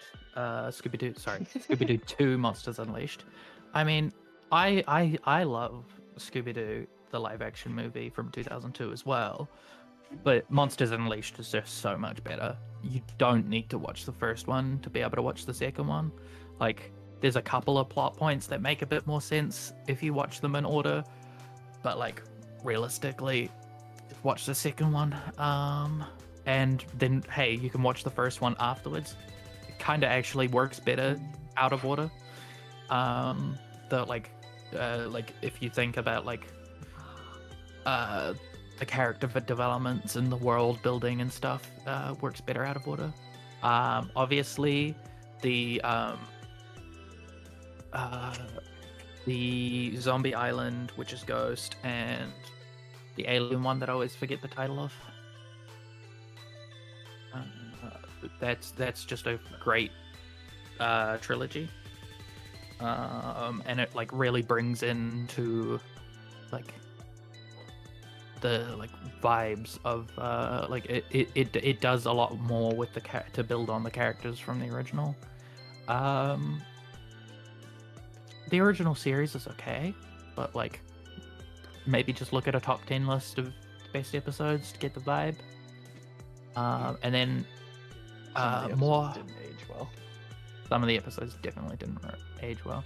Yeah, just like, and then after you watch some of those, if you'd know whether you like it or not, you know. I think definitely the live action 2004 movie is probably like the best jumping off point. That and then Zombie Island, like you know whether you are in you like the formula, you like the characters, whether you want to stick with the series, and then you can do whatever you want. Scooby Doo Apocalypse, fantastic. Also one of the best iterations of Scrappy Doo in the entire Scooby Doo multiverse. If you want to see what good Scrappy Doo looks like, especially good Scrappy Doo in a like adult Scooby Doo setting, that's the one. That is my Scrappy Doo. That's what Scrappy Doo should be. But yeah, but that's it. I don't know. Play the if you like point and clicks, the games are good too. Paige, what would you recommend to a newbie, or in general? Honestly, I haven't watched Scooby-Doo, so I can't possibly recommend something specific, right? All I can say is Scooby-Doo and Zombie Island, great movie. Just watch it. You don't need to know about anything else. The movie does a great job introducing what they're about right before they hit you with the plot. But I still think that if you want to get into Scooby-Doo, you should watch at least a bit of the original series, like kind of like opposite Eden. Like I still think that you should watch the OG Scooby-Doo, right? Because like all the iteration afterwards base themselves on the original. It's kind of like an inside joke. Without knowing where the joke comes from, you won't be able to appreciate where the joke ends up, right? A lot of people recommend these things like based on the idea that everybody knows about it. So if somebody doesn't know Scooby-Doo, they will not appreciate, like the new series unless it does a job of reintroducing the formula, like basically explaining how we got here to begin with, right? A lot of them play on the original, right? So for example, you have the formula where, every single time it's a person in a mask, right? And this time there's not a person in a mask, it's a real thing, right? They won't appreciate it unless they have that one basis of the original. And honestly, the old episodes don't stand the time, right? They're kind of like not updated, but I still think they're better than some stuff that comes out recently, right? Mm-hmm. Mm-hmm. That's kind of my point of view. Just watch the original series, see what you think of it, and then appreciate the changes that were made.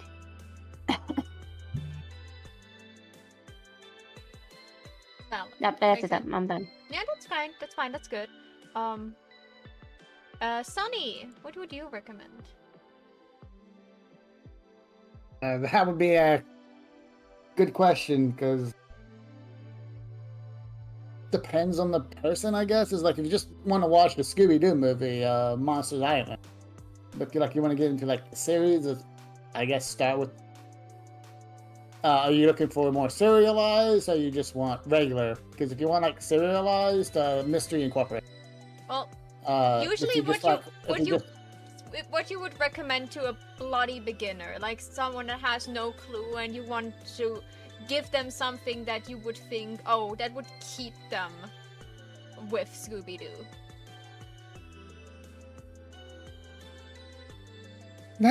See, the problem with that is like there's so much Scooby-Doo throughout like the years that it really depends. Like, are you into cartoony stuff? Then put name Scooby-Doo. If you like more retro or old style, Scooby-Doo, where are you? Do you like references? The Scooby-Doo, where every episode involved a different celebrity. Episodic, you got Scooby-Doo Incorporated. You just want to watch some movies? The series of Witches, Ghosts, Mystery, Zombie Island, all that. Like, there is so much different Scooby-Doo It really depends on what your style. You know, we had Scooby Doo. Where are you? Now we have Scooby Doo for you.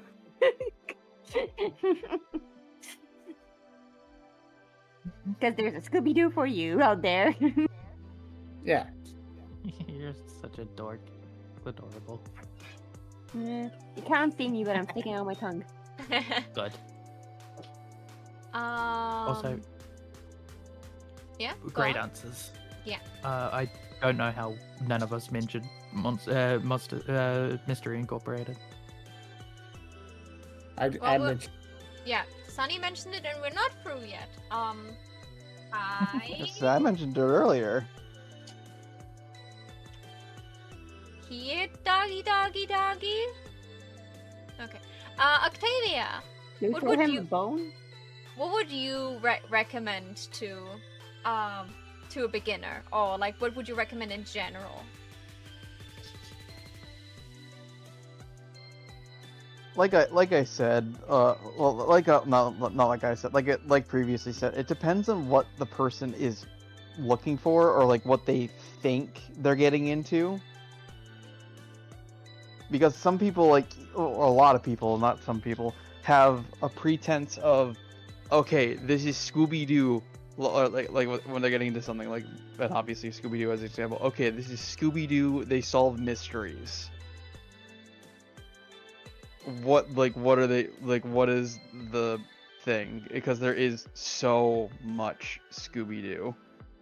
Even just official media, there is so much. It's like, okay, what do you want? Are you like a 7-year-old trying to just, enjoy a cartoon? Pup. Are you like a little bit older and you want, like, maybe something a little more with an overarching plot? Mystery Incorporated. Are you trying to find something vintage? Obviously, any of the older shows, because if you're looking for something vintage, you probably don't mind if they haven't aged very well. Well, If you guys need an example who you're recommending it to, just imagine like if a random girl, maybe German, gets sandwiched between her two lesbians, and they're like, one is like saying, hey, do you know how you make one lesbian really happy? You let her talk about her hyperfixation Scooby-Doo.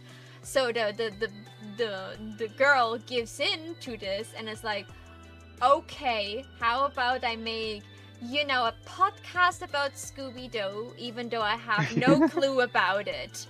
What would you recommend me to watch in like less than 2 weeks to learn about it enough so I can partake in a talk show? I don't think this. Do you think this person exists? Because I feel like this oddly specific. I've never met this person before in my life. Anyway. Hypothetically, guys. If I were to recommend, so I would recommend 2 things. I would recommend Cyber Chase for the sole reason of, while I do think Zombie Island does have a good intro of these are the characters, this is what they do.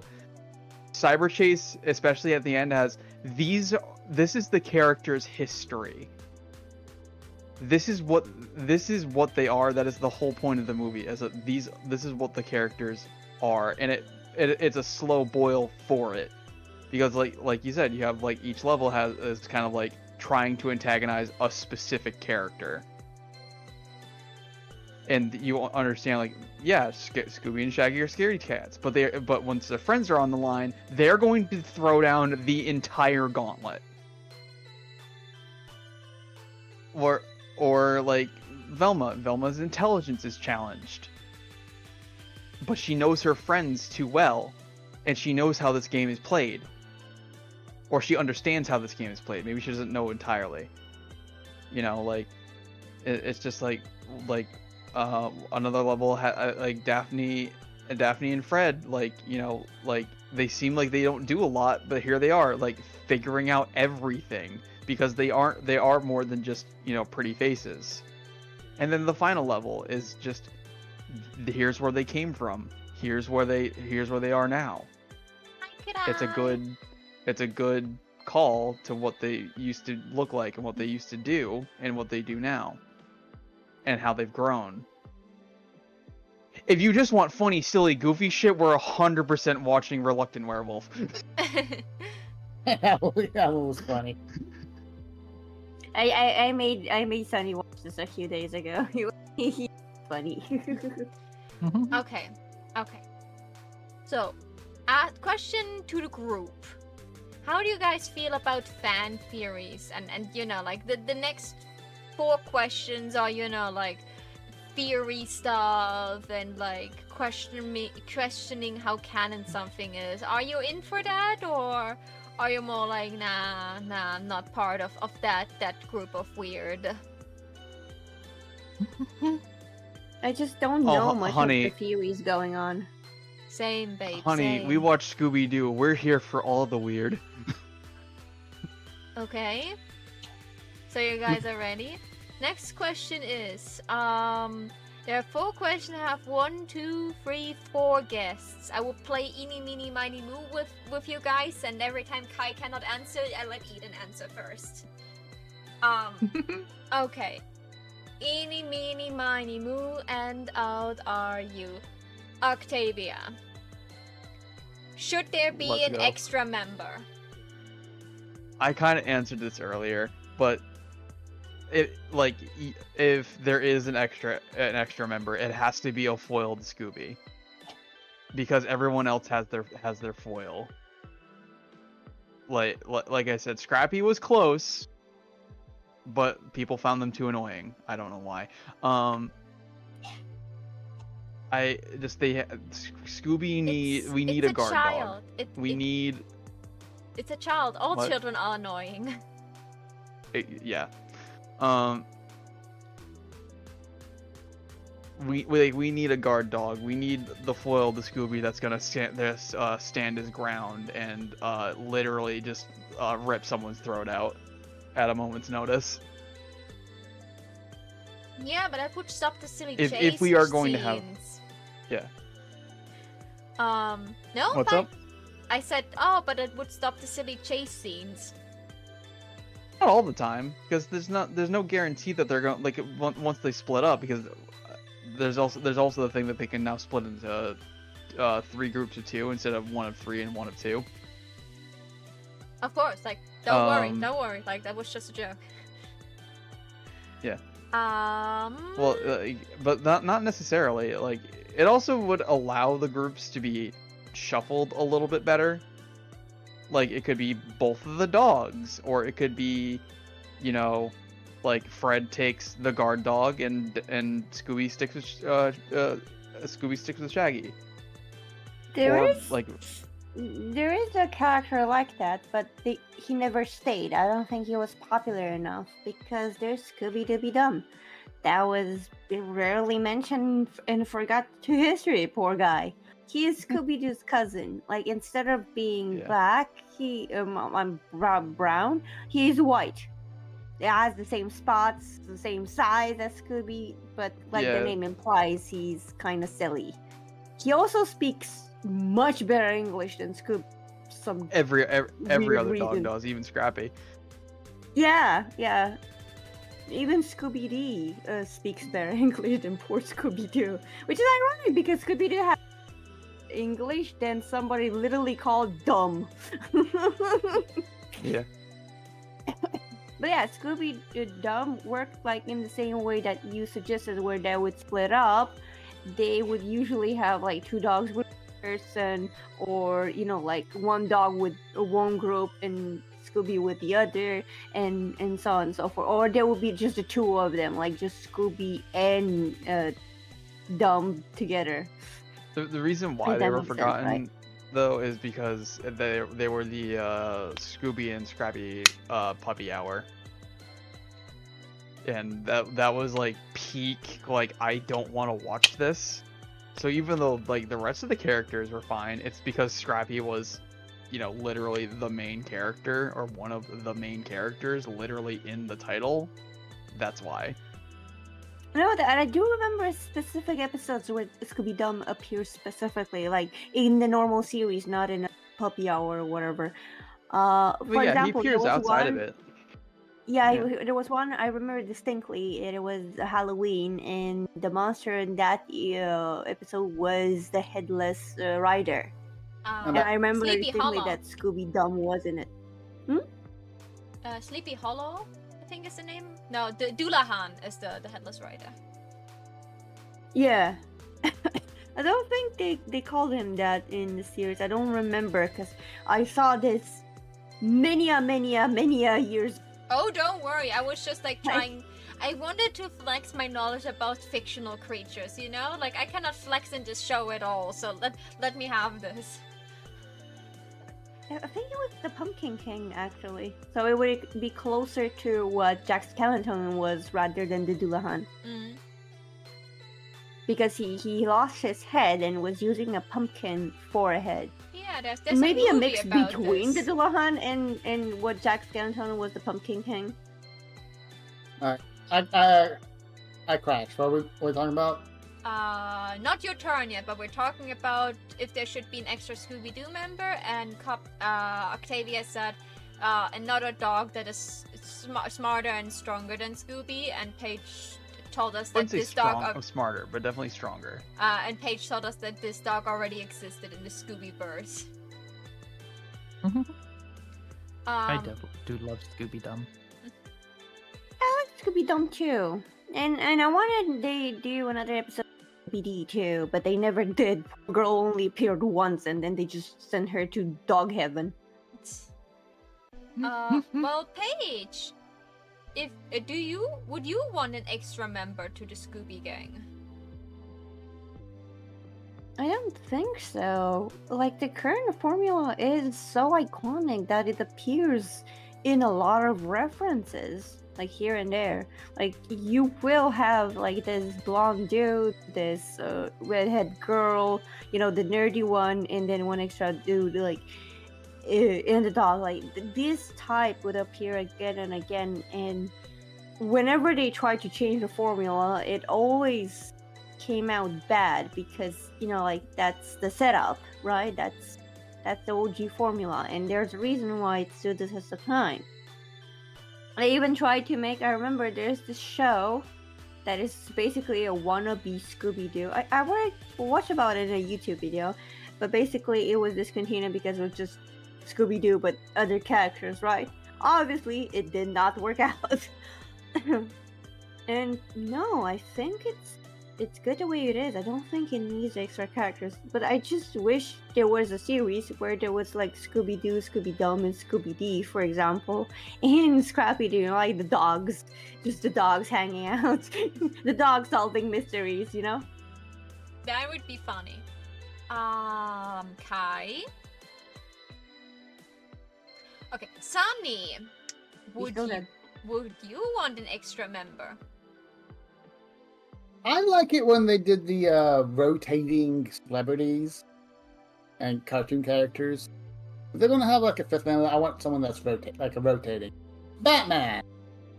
Then we could have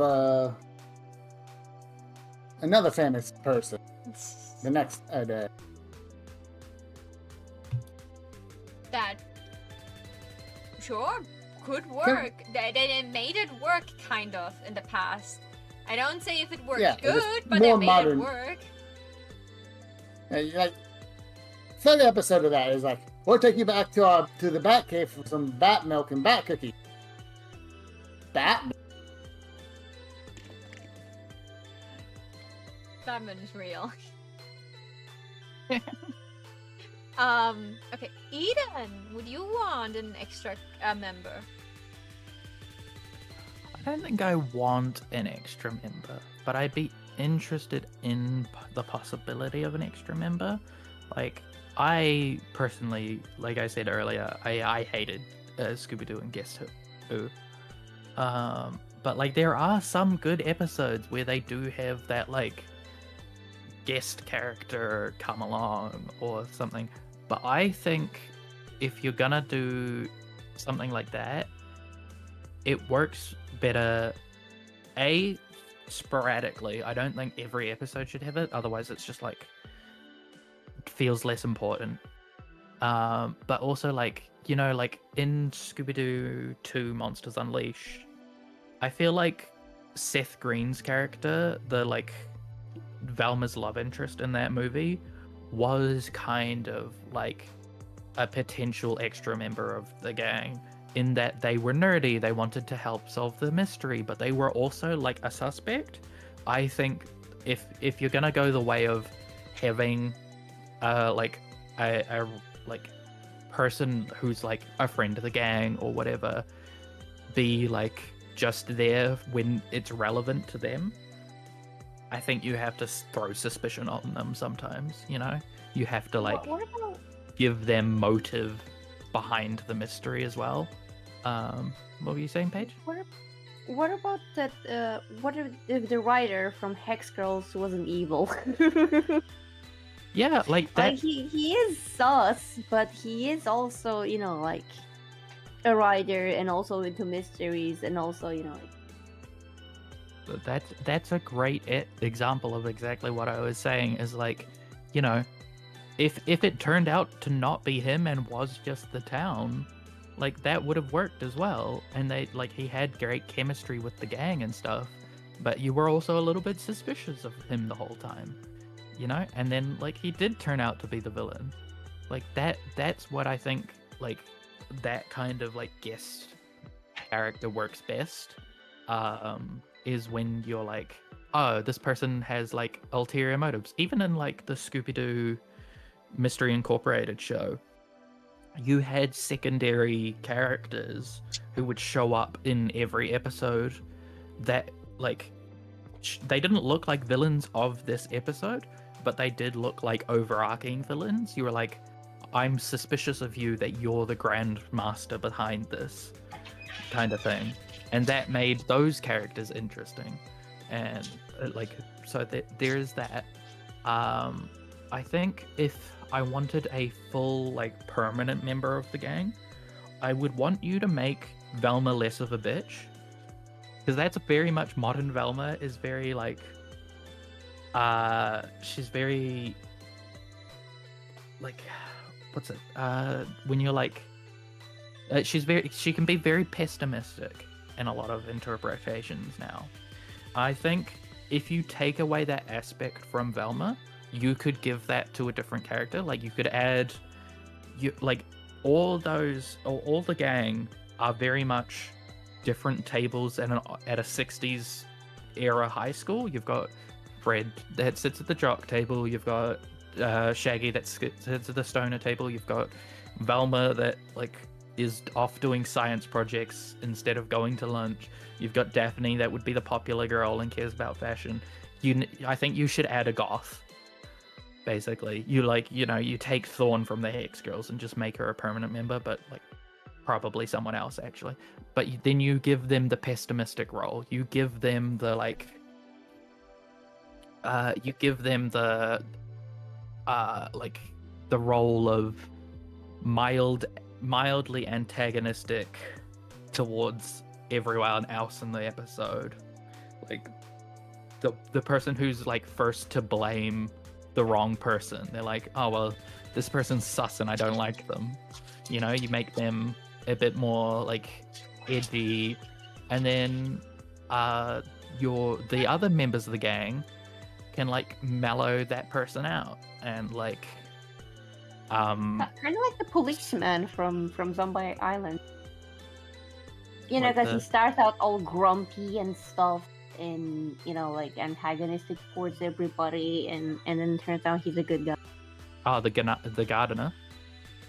Yeah, he's actually a policeman. Poor guy. But yeah, you like, you know, if you're gonna add a new member of the gang, you need to make sure that they don't fill a role that's already been filled. So you need something that like breaks the mold and has a different kind of thing, like a different personality, a different like something that they add. I think someone else could balance the team. Like, for example, the idea with a goth person, like, depending on what type of personality they have, they might take the energy from other people. Like when you are writing a story, you always have to take into account how much power, how much charisma a character has compared to the other team. If you have a team-based thing, like in this case, right? Depending on what character you are, they can end up overpowering everybody else, right? So the story isn't about Scooby anymore. It's about this one character, right? Because they are so powerful in the story that they become a Mary Sue type character, right? So balancing this might be very difficult because you could either end up them being useless because they're too faded out, or them being too important and they unbalance the team. Like they have to fit a role that is equal in importance as everybody else in the team, which is hard to do because there's already 5 other characters in there. 100%, I agree. Like that's one of the reasons I don't like the Guess Who. Sorry, go. That's like what I was saying earlier. It's like the role we don't have is the enforcer. Yeah, which I think you could get from a goth character who's like, you know, they're not scared of spooky stuff. They are the opposite of Scooby and Shaggy in that they're gonna stand there while the monster runs at them and be like, I don't care about you. You're just a ghost on a wire. And then one of the other members has to pick them up and run off with them underneath, you know? Like, I think that's like on the spot my idea. Like, but like, I that's just an example of like how you need to like think about someone that adds something different. But yeah, you'd have to make sure it didn't take away from the rest of the gang, and that's a very hard line to balance. Like I said that you'd have to take that pessimism away from Velma, you know, to add that character. So you have to turn her to being the nerd, because she used to be the nerd before they made her into. Yeah. I mean, she was always kind of sassy. Oh yeah, definitely. Like, the scene where it's like, you leave this place. You stop that. They can make her the monster fucker. So honestly, she right. has that. Honestly, she has that energy. She just like the type of person to have a lot of books about a lot of stuff. I don't know what it is about her.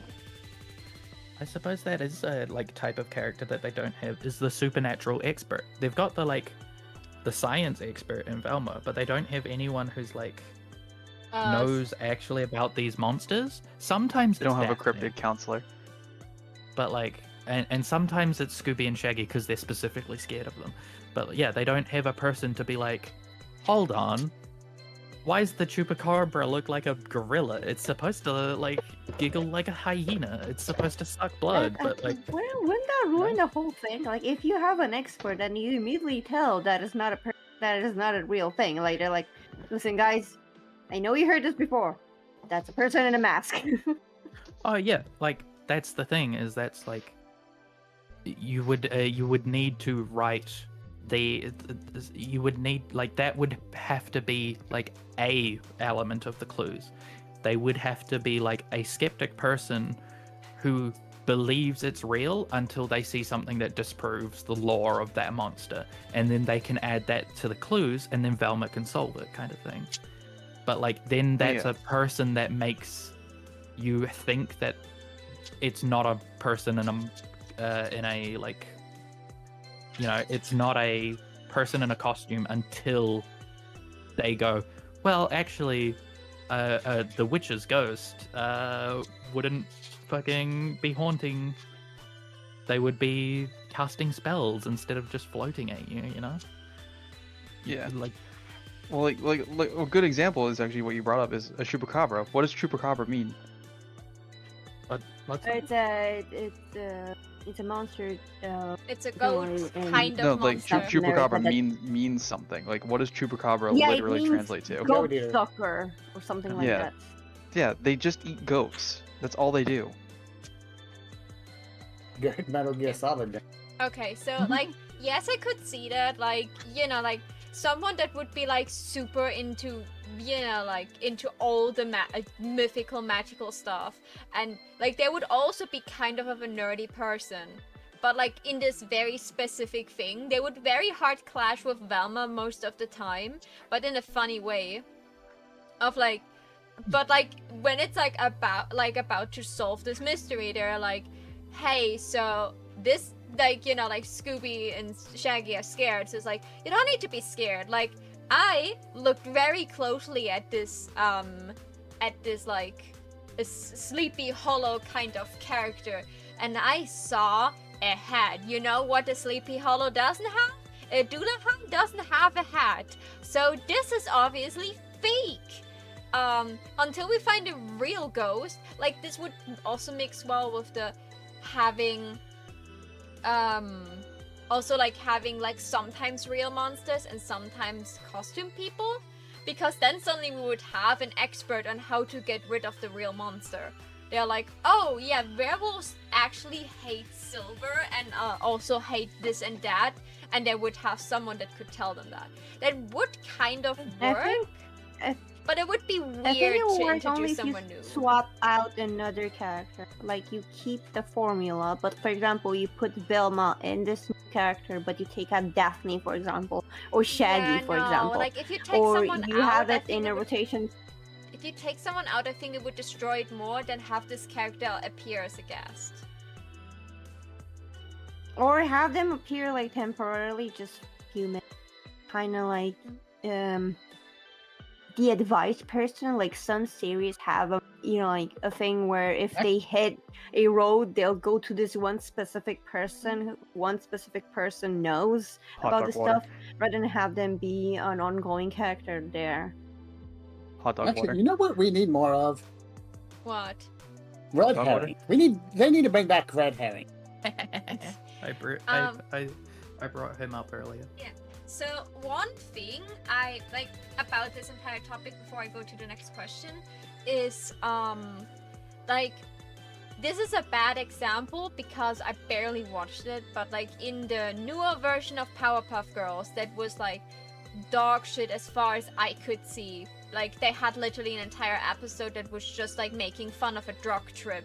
So this was already not like good. The second you have little girls twerking, I Yeah, stopped like watching your show. Yeah, like it had little girls twerking. It was like not the Powerpuff Girls like I liked.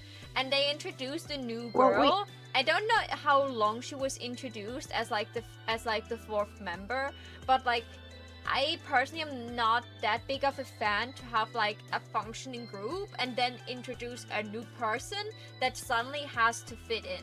If that new person would be someone that would be connected to all of them over a long time, that's why I thought the idea of having like, even though it wouldn't work, but having one of the Hex girls, like someone that like already appeared multiple times and someone that has ties to the entire group, it wouldn't feel like an outsider getting in there, and more of a, hey, like we all know this person kind of deal, like, so we have them there. But even then, I sometimes like it can very quickly destroy a group dynamic, and depending on what role this person takes, or even the way for this person to find their way into this group, could be so bumpy that it could make the audience hate this character. Because what if this character has a strong personality and first clashes with Fred, and then like, okay, they stopped clashing with Fred after some time, so they take over the nerdy role and clash with Velma. Like, the more friction is going on in this group, the less this one person will be liked, because the previous group, even if they do have frictions and they have disagreements, like we all know them and we know they have disagreements. But if you bring in a new person and they have one disagreement with one member of the group, this will completely turn the entire fan base, because then they will be seen as, what is the outsider doing and why are you bringing in your opinion? You're not with us this long, you don't know how things are going usually. Like in a real life setting, I think it's healthy to bring in new people from time to time and be open to like new people in the friend group. In a movie series where it's like, or like a TV series where you have like a very like a group that is like so well known and structured and well balanced with each other, I think like bringing in someone new could just like destroy the balance because you would need episodes and episodes or entire movies to introduce this character to make it look like less of an intruder. Take into account what happened to Terra in Teen Titans. Like, Terra followed all of the possible, introduction to this type of character where you have them not fit in, right? Or you have them fit in but they end up being a traitor or stuff like that. Usually this type of character is in long term, right? And the reason is the same from Teen Titans to Scooby-Doo is why I don't think there should be new people in it. Because you have this group that's already established, right? Introducing a new person creates imbalance the same way Terra did, right?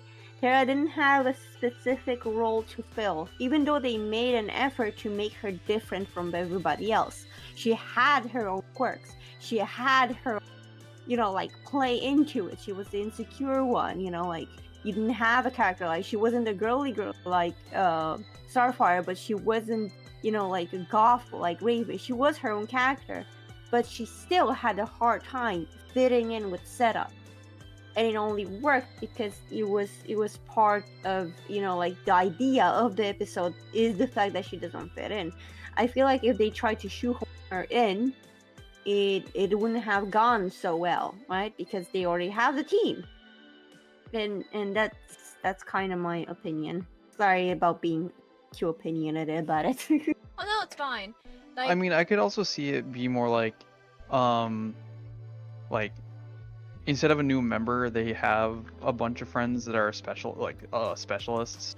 Yeah, specialist friends. Like less of celebrities, but more of people you regularly meet, as side characters, and just in special episodes they would go this girl that works in the diner we go all the time mentioned multiple times that she's really into this one thing. Maybe we could ask her for advice. Right.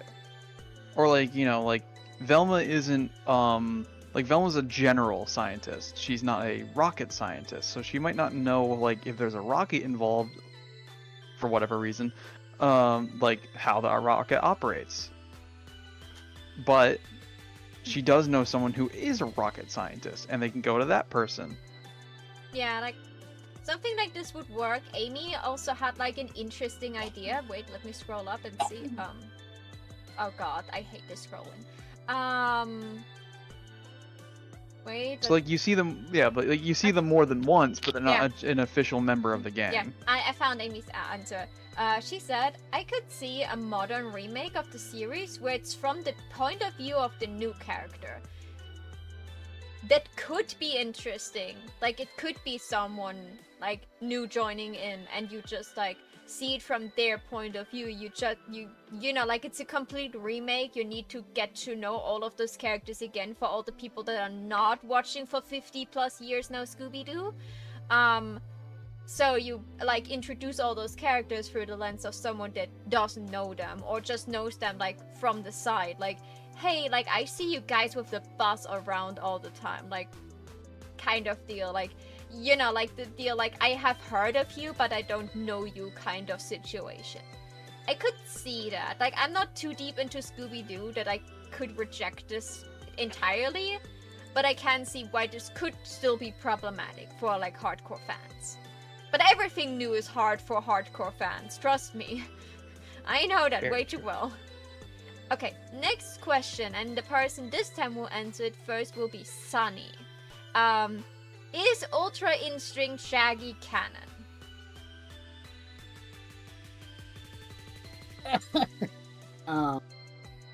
Yes, no, maybe. I'm gonna say it's implied. Because Shaggy can do some crazy. He certainly can. So if you told me, if it came out he was so it came out he canonly had powers like that, I was nah, I believe it. So does anyone remember where Ultra Instinct Shaggy came from, right? Yes. because it was one of the movies. Yeah, right? Eden Yeah, it told was me the the live movie last actions. night. It was the live action memes. No, I think No, it was no, no, also no, an no. animated Before one. that, the live action movies were like hijacked. Yeah, let's Eden. Where did Ultimate Instinct Shaggy comes from? So it's like hard to pinpoint where the like meme came from. But the like big like the most canon version of it, I would say, comes from The Legend of the Phantosaurus, in which at some point during the movie, Shaggy gets hypnotized into being more confident and being less scared. And like Sunny has said quite a few times, Shaggy is a man of infinite skills. He is very, very like physically proficient at many things. And when he is confident and when he is not scared, it is scary what he can become. In this movie, he beats up an entire biker gang by himself. He's just like he also, I believe, does Everyone have gets a to my black point belt. before me. He does have a black belt in like in canon, I think, the same as like Daphne. Daphne just has a black belt in like 28 different things. She's physically trained and keeping it up, whereas he was just like enrolled in it by his parents and like aced it and then got to quit after like 2 weeks because he was just automatically good at it. He's the kid that never studies but still somehow gets a perfect grade. And then when he's confident and he uses that, it's your shonen moment of taking off the weighted gloves. It's like he's too powerful without it. And then that's where they like a lot of the edits come from. And I believe the meme did come from before that, because I think it like coincided with the Ultra Instinct coming out in Dragon Ball Super, or whatever the sequel series is where that actually happens. But the it's to the point where now in the intro to a lot of the animated Scooby Doo movies, and I think in Phantosaurus they have it, is like Scorpion from Mortal Kombat will like be in the Warner Brothers logo, and then Shaggy will just come over and kick his ass. Like there is an official opening where he does go into Ultra Instinct as just like a gag, because they knew the meme was so popular. So I think if we're in one of the universes where the supernatural exists, I think Shaggy is probably descended of some kind of like Saiyan god and could go Ultra Instinct. He's just too scared to do it. That would be funny. I mean, he did get turned into a werewolf. Yeah, so it's not that far-fetched. Ultra werewolf Shaggy. Oh my god, that would go hard. Octavia, especially after this explanation, do you think it's canon? Yes. So the whole meme, it originally wasn't like Ultra Instinct. It was originally like that Shaggy is like secretly like an eldritch deity, and it was a bunch of like still images from like interviews behind the set, but like they replaced the captions with like, yeah, Shaggy like whenever he like gets like really mad or really serious, so everyone just blacks out for like 10 minutes or like whatever. There's actually one where Shaggy's I don't actually have a script. I just come onto the set and then just black out, and just wake up afterwards. Just the ghost of Shaggy possesses me and tells me what I'm supposed to be doing. That's a Yeah. true voice actor. I'm not.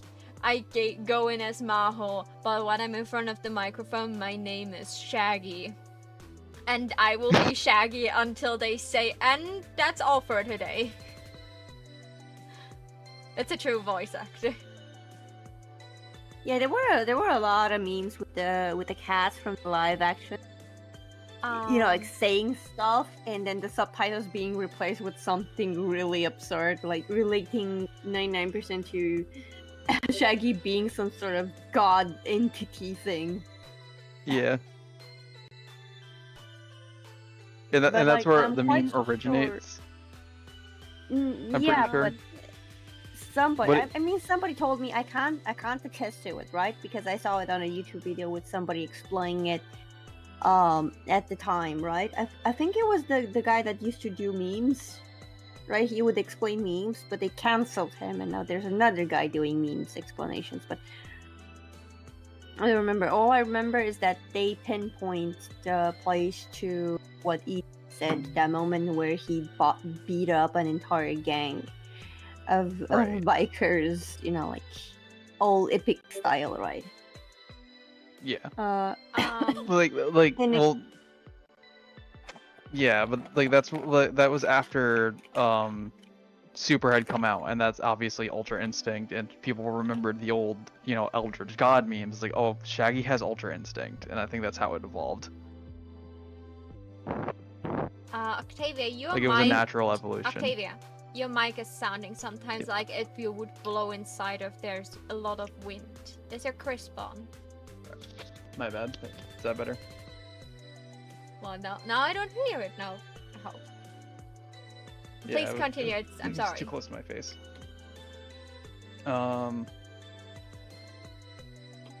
But yeah, at this point, I think it's canon. Like, I mean, they referenced it in multiverses. They've referenced it in the opening of their own stuff. They've, I think the only thing they've done short of is like literally use it in a straight up thing, like a straight up, you know, cartoon or movie or something. So I'm pretty sure it's canon, or at least implied. Well, as long as he is, what was it? He is in that another one of those fighting. Is it multiverses? Yeah, that is multiverses. Yeah. Or was, As long 'cause as the game's that dead now. IP is lit to, you know, like the thing, because that's an official thing. So if an official thing acknowledges existence, then technically speaking, that would make him canon. Like, something is canon if the person who made it agrees it's canon. In this case, it would be like the one who owns the copyright, right? Even though they're not technically the one who made it, are the ones who are overseeing what's right and what's wrong. So, for example, try to say that Mickey has a gigantic dong, and, you know, like, Disney would come out of here to clip your balls, because how dare you. What I'm saying to this is that if they acknowledge as it existing, it's as good as canon, even though we will technically never appear in the series, because it's very hard to imagine a series where that actually would work if you think about it. Right? But Shaggy's not the only one. The thing about Scooby Doo, also an Eldritch. Oh my God, Paige, are you texting with Sunny? I've seen that one. No. Sunny, what did you just I know the ask video me? you're referencing. Do we want to talk about how Scooby Doo is an Eldritch creature? Yeah, I know the Did video he- you're referencing. I think everyone saw that video, didn't they? You are free to In talk case you- about it, but I have no clue. If you guys all Yeah, know in- what you're talking for about, Maho. sure. Yeah, no, I'm gonna explain it for Maho and for the people watching. Okay, so Yeah. in this video, right? It's also a reference to the show that must not be named. Yeah. But basically, in this show, referencing back to Velma. I'm gonna mention it, but I'm not gonna mention anything because it's irrelevant to the story, It's right? fine. Remember how in the series they didn't introduce Scooby, right? Yeah. Well, Norville comes in and brings in, look, I found a dog, right? And then things start starting to, like, she does not like the dog. It's weird, right? And reality seems to be, like, destroying, right? Wait, and she runs I away. watched that one. And yeah, exactly. And he kills everybody and says, like, why does this keep happening, right? And it shows, like, every iteration of the series, right? From the OG Velma going to Mystery Inc. Velma, like all the previous Velmas, right? Until the current one where he says that this was a horrible version of the universe, right? But every single time, Velma will suss him out sooner or later, right? She will find him out. So every time she finds him out, he destroys the world and recreates it and tries again, only to be found out again. Now that Velma found out, he has to destroy this world as well, right? Which he doesn't mind because this one was the worst iteration of it, but he'll keep trying to rebuild the world until he manages to not be found by Velma. Because he just wants to hang out with this group of people for some fucking reason. But every single time, Velma susses him out. Yeah, like, Yeah, I so actually that's watched the that video. one. Okay, like, yeah. Now I remember, yeah, that could be very canon. Like, yeah, there are other talking dogs later on in the series, at some points in the series too. But also, yeah. A talking dog is certainly something that can only be explained with two reasons. One, cartoon logic, and two, eldritch horror. Yeah, that was actually the point. I remember that was the point that he was talking, and she found it weird that he is talking. Right? I do remember that. Okay, so maybe the people that have eyes on my chat see. Ow! Sorry. Right now, I almost ripped my headphones off. See right now that there's a hydrate redeem, and the other people that have eyes on the chat maybe have read the message of Maho claiming that she's incredibly hungry. We have 2 more questions left. And we are at 4 hours. How do you guys think? Can we speed this a little bit? I don't want to stop you guys because you're so into it and it's very interesting to listen to you guys. But I ran out of snacks and of all of my snacks, and I'm about to like become the new monster that Mystery Inc. has to fight because I turn into a gremlin. Next question. Winnie, go sacrifice yourself for the greater good. Oh, she is too far away until she's back. Until she arrived in Germany, I died of hunger. So, question number 14. Have you heard of Red Shirt Shaggy? Who didn't we hear We yet? don't need these ones. Yeah, I don't know. I Yeah, like, I have no clue, but you guys are so into the fandom that I feel like I would scam you out of things you would want to talk about if I don't ask those questions. You are the nerd here, Eden. You're probably the biggest one with Sunny. Probably. The next 2 questions. Have you heard of the Red Shirt Shaggy, and do you have any fan theories? Is there anything any one of you wants to say about those things? Now's the time to speak up. To say, hey, actually for that one I have an answer.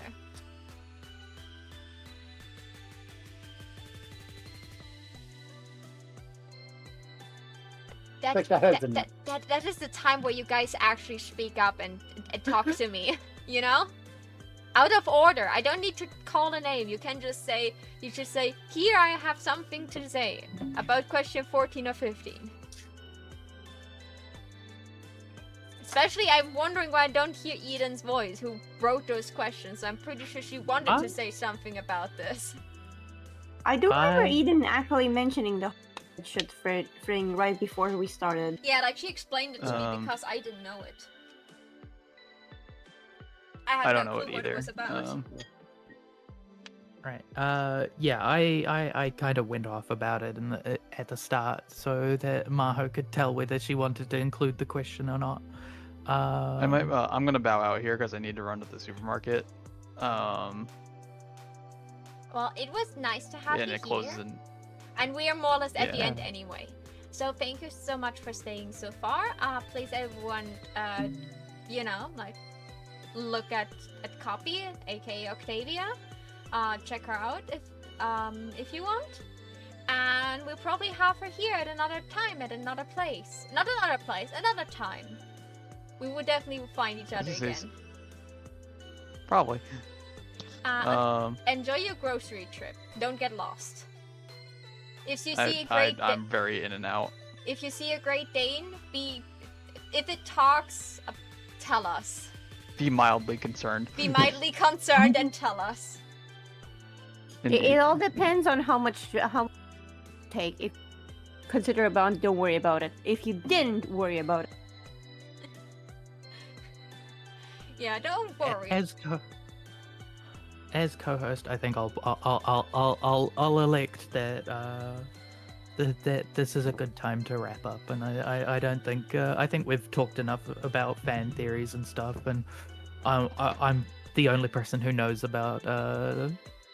I got to say my piece about Red Shirt's Shaggy off stream, so I'm sorry. I don't think anyone's particularly interested in that. I'm sorry. I scammed you out of this because I already let her rant about this.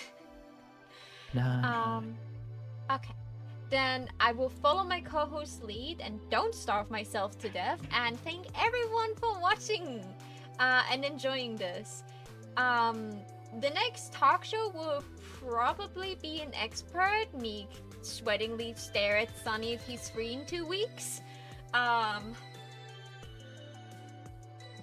Sunny, are you free in 2 weeks? I don't. I was supposed to be free yesterday.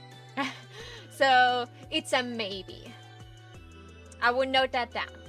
So we will see what happens in 2 weeks, but probably in 4 weeks it will be My Little Pony. Yes, Maho will watch My Little Pony. The internet got me. But until then, please check out every one of the lovely people that joined me today. My wonderful mod Amy will do her job and shout them all out. And remember, my little sparks, you're the reason I can shine, and hope to see you all again very, very soon. And until then, I wish you all a good day, good night, and bye-bye. Bye. Bye-bye. Bye. Bye.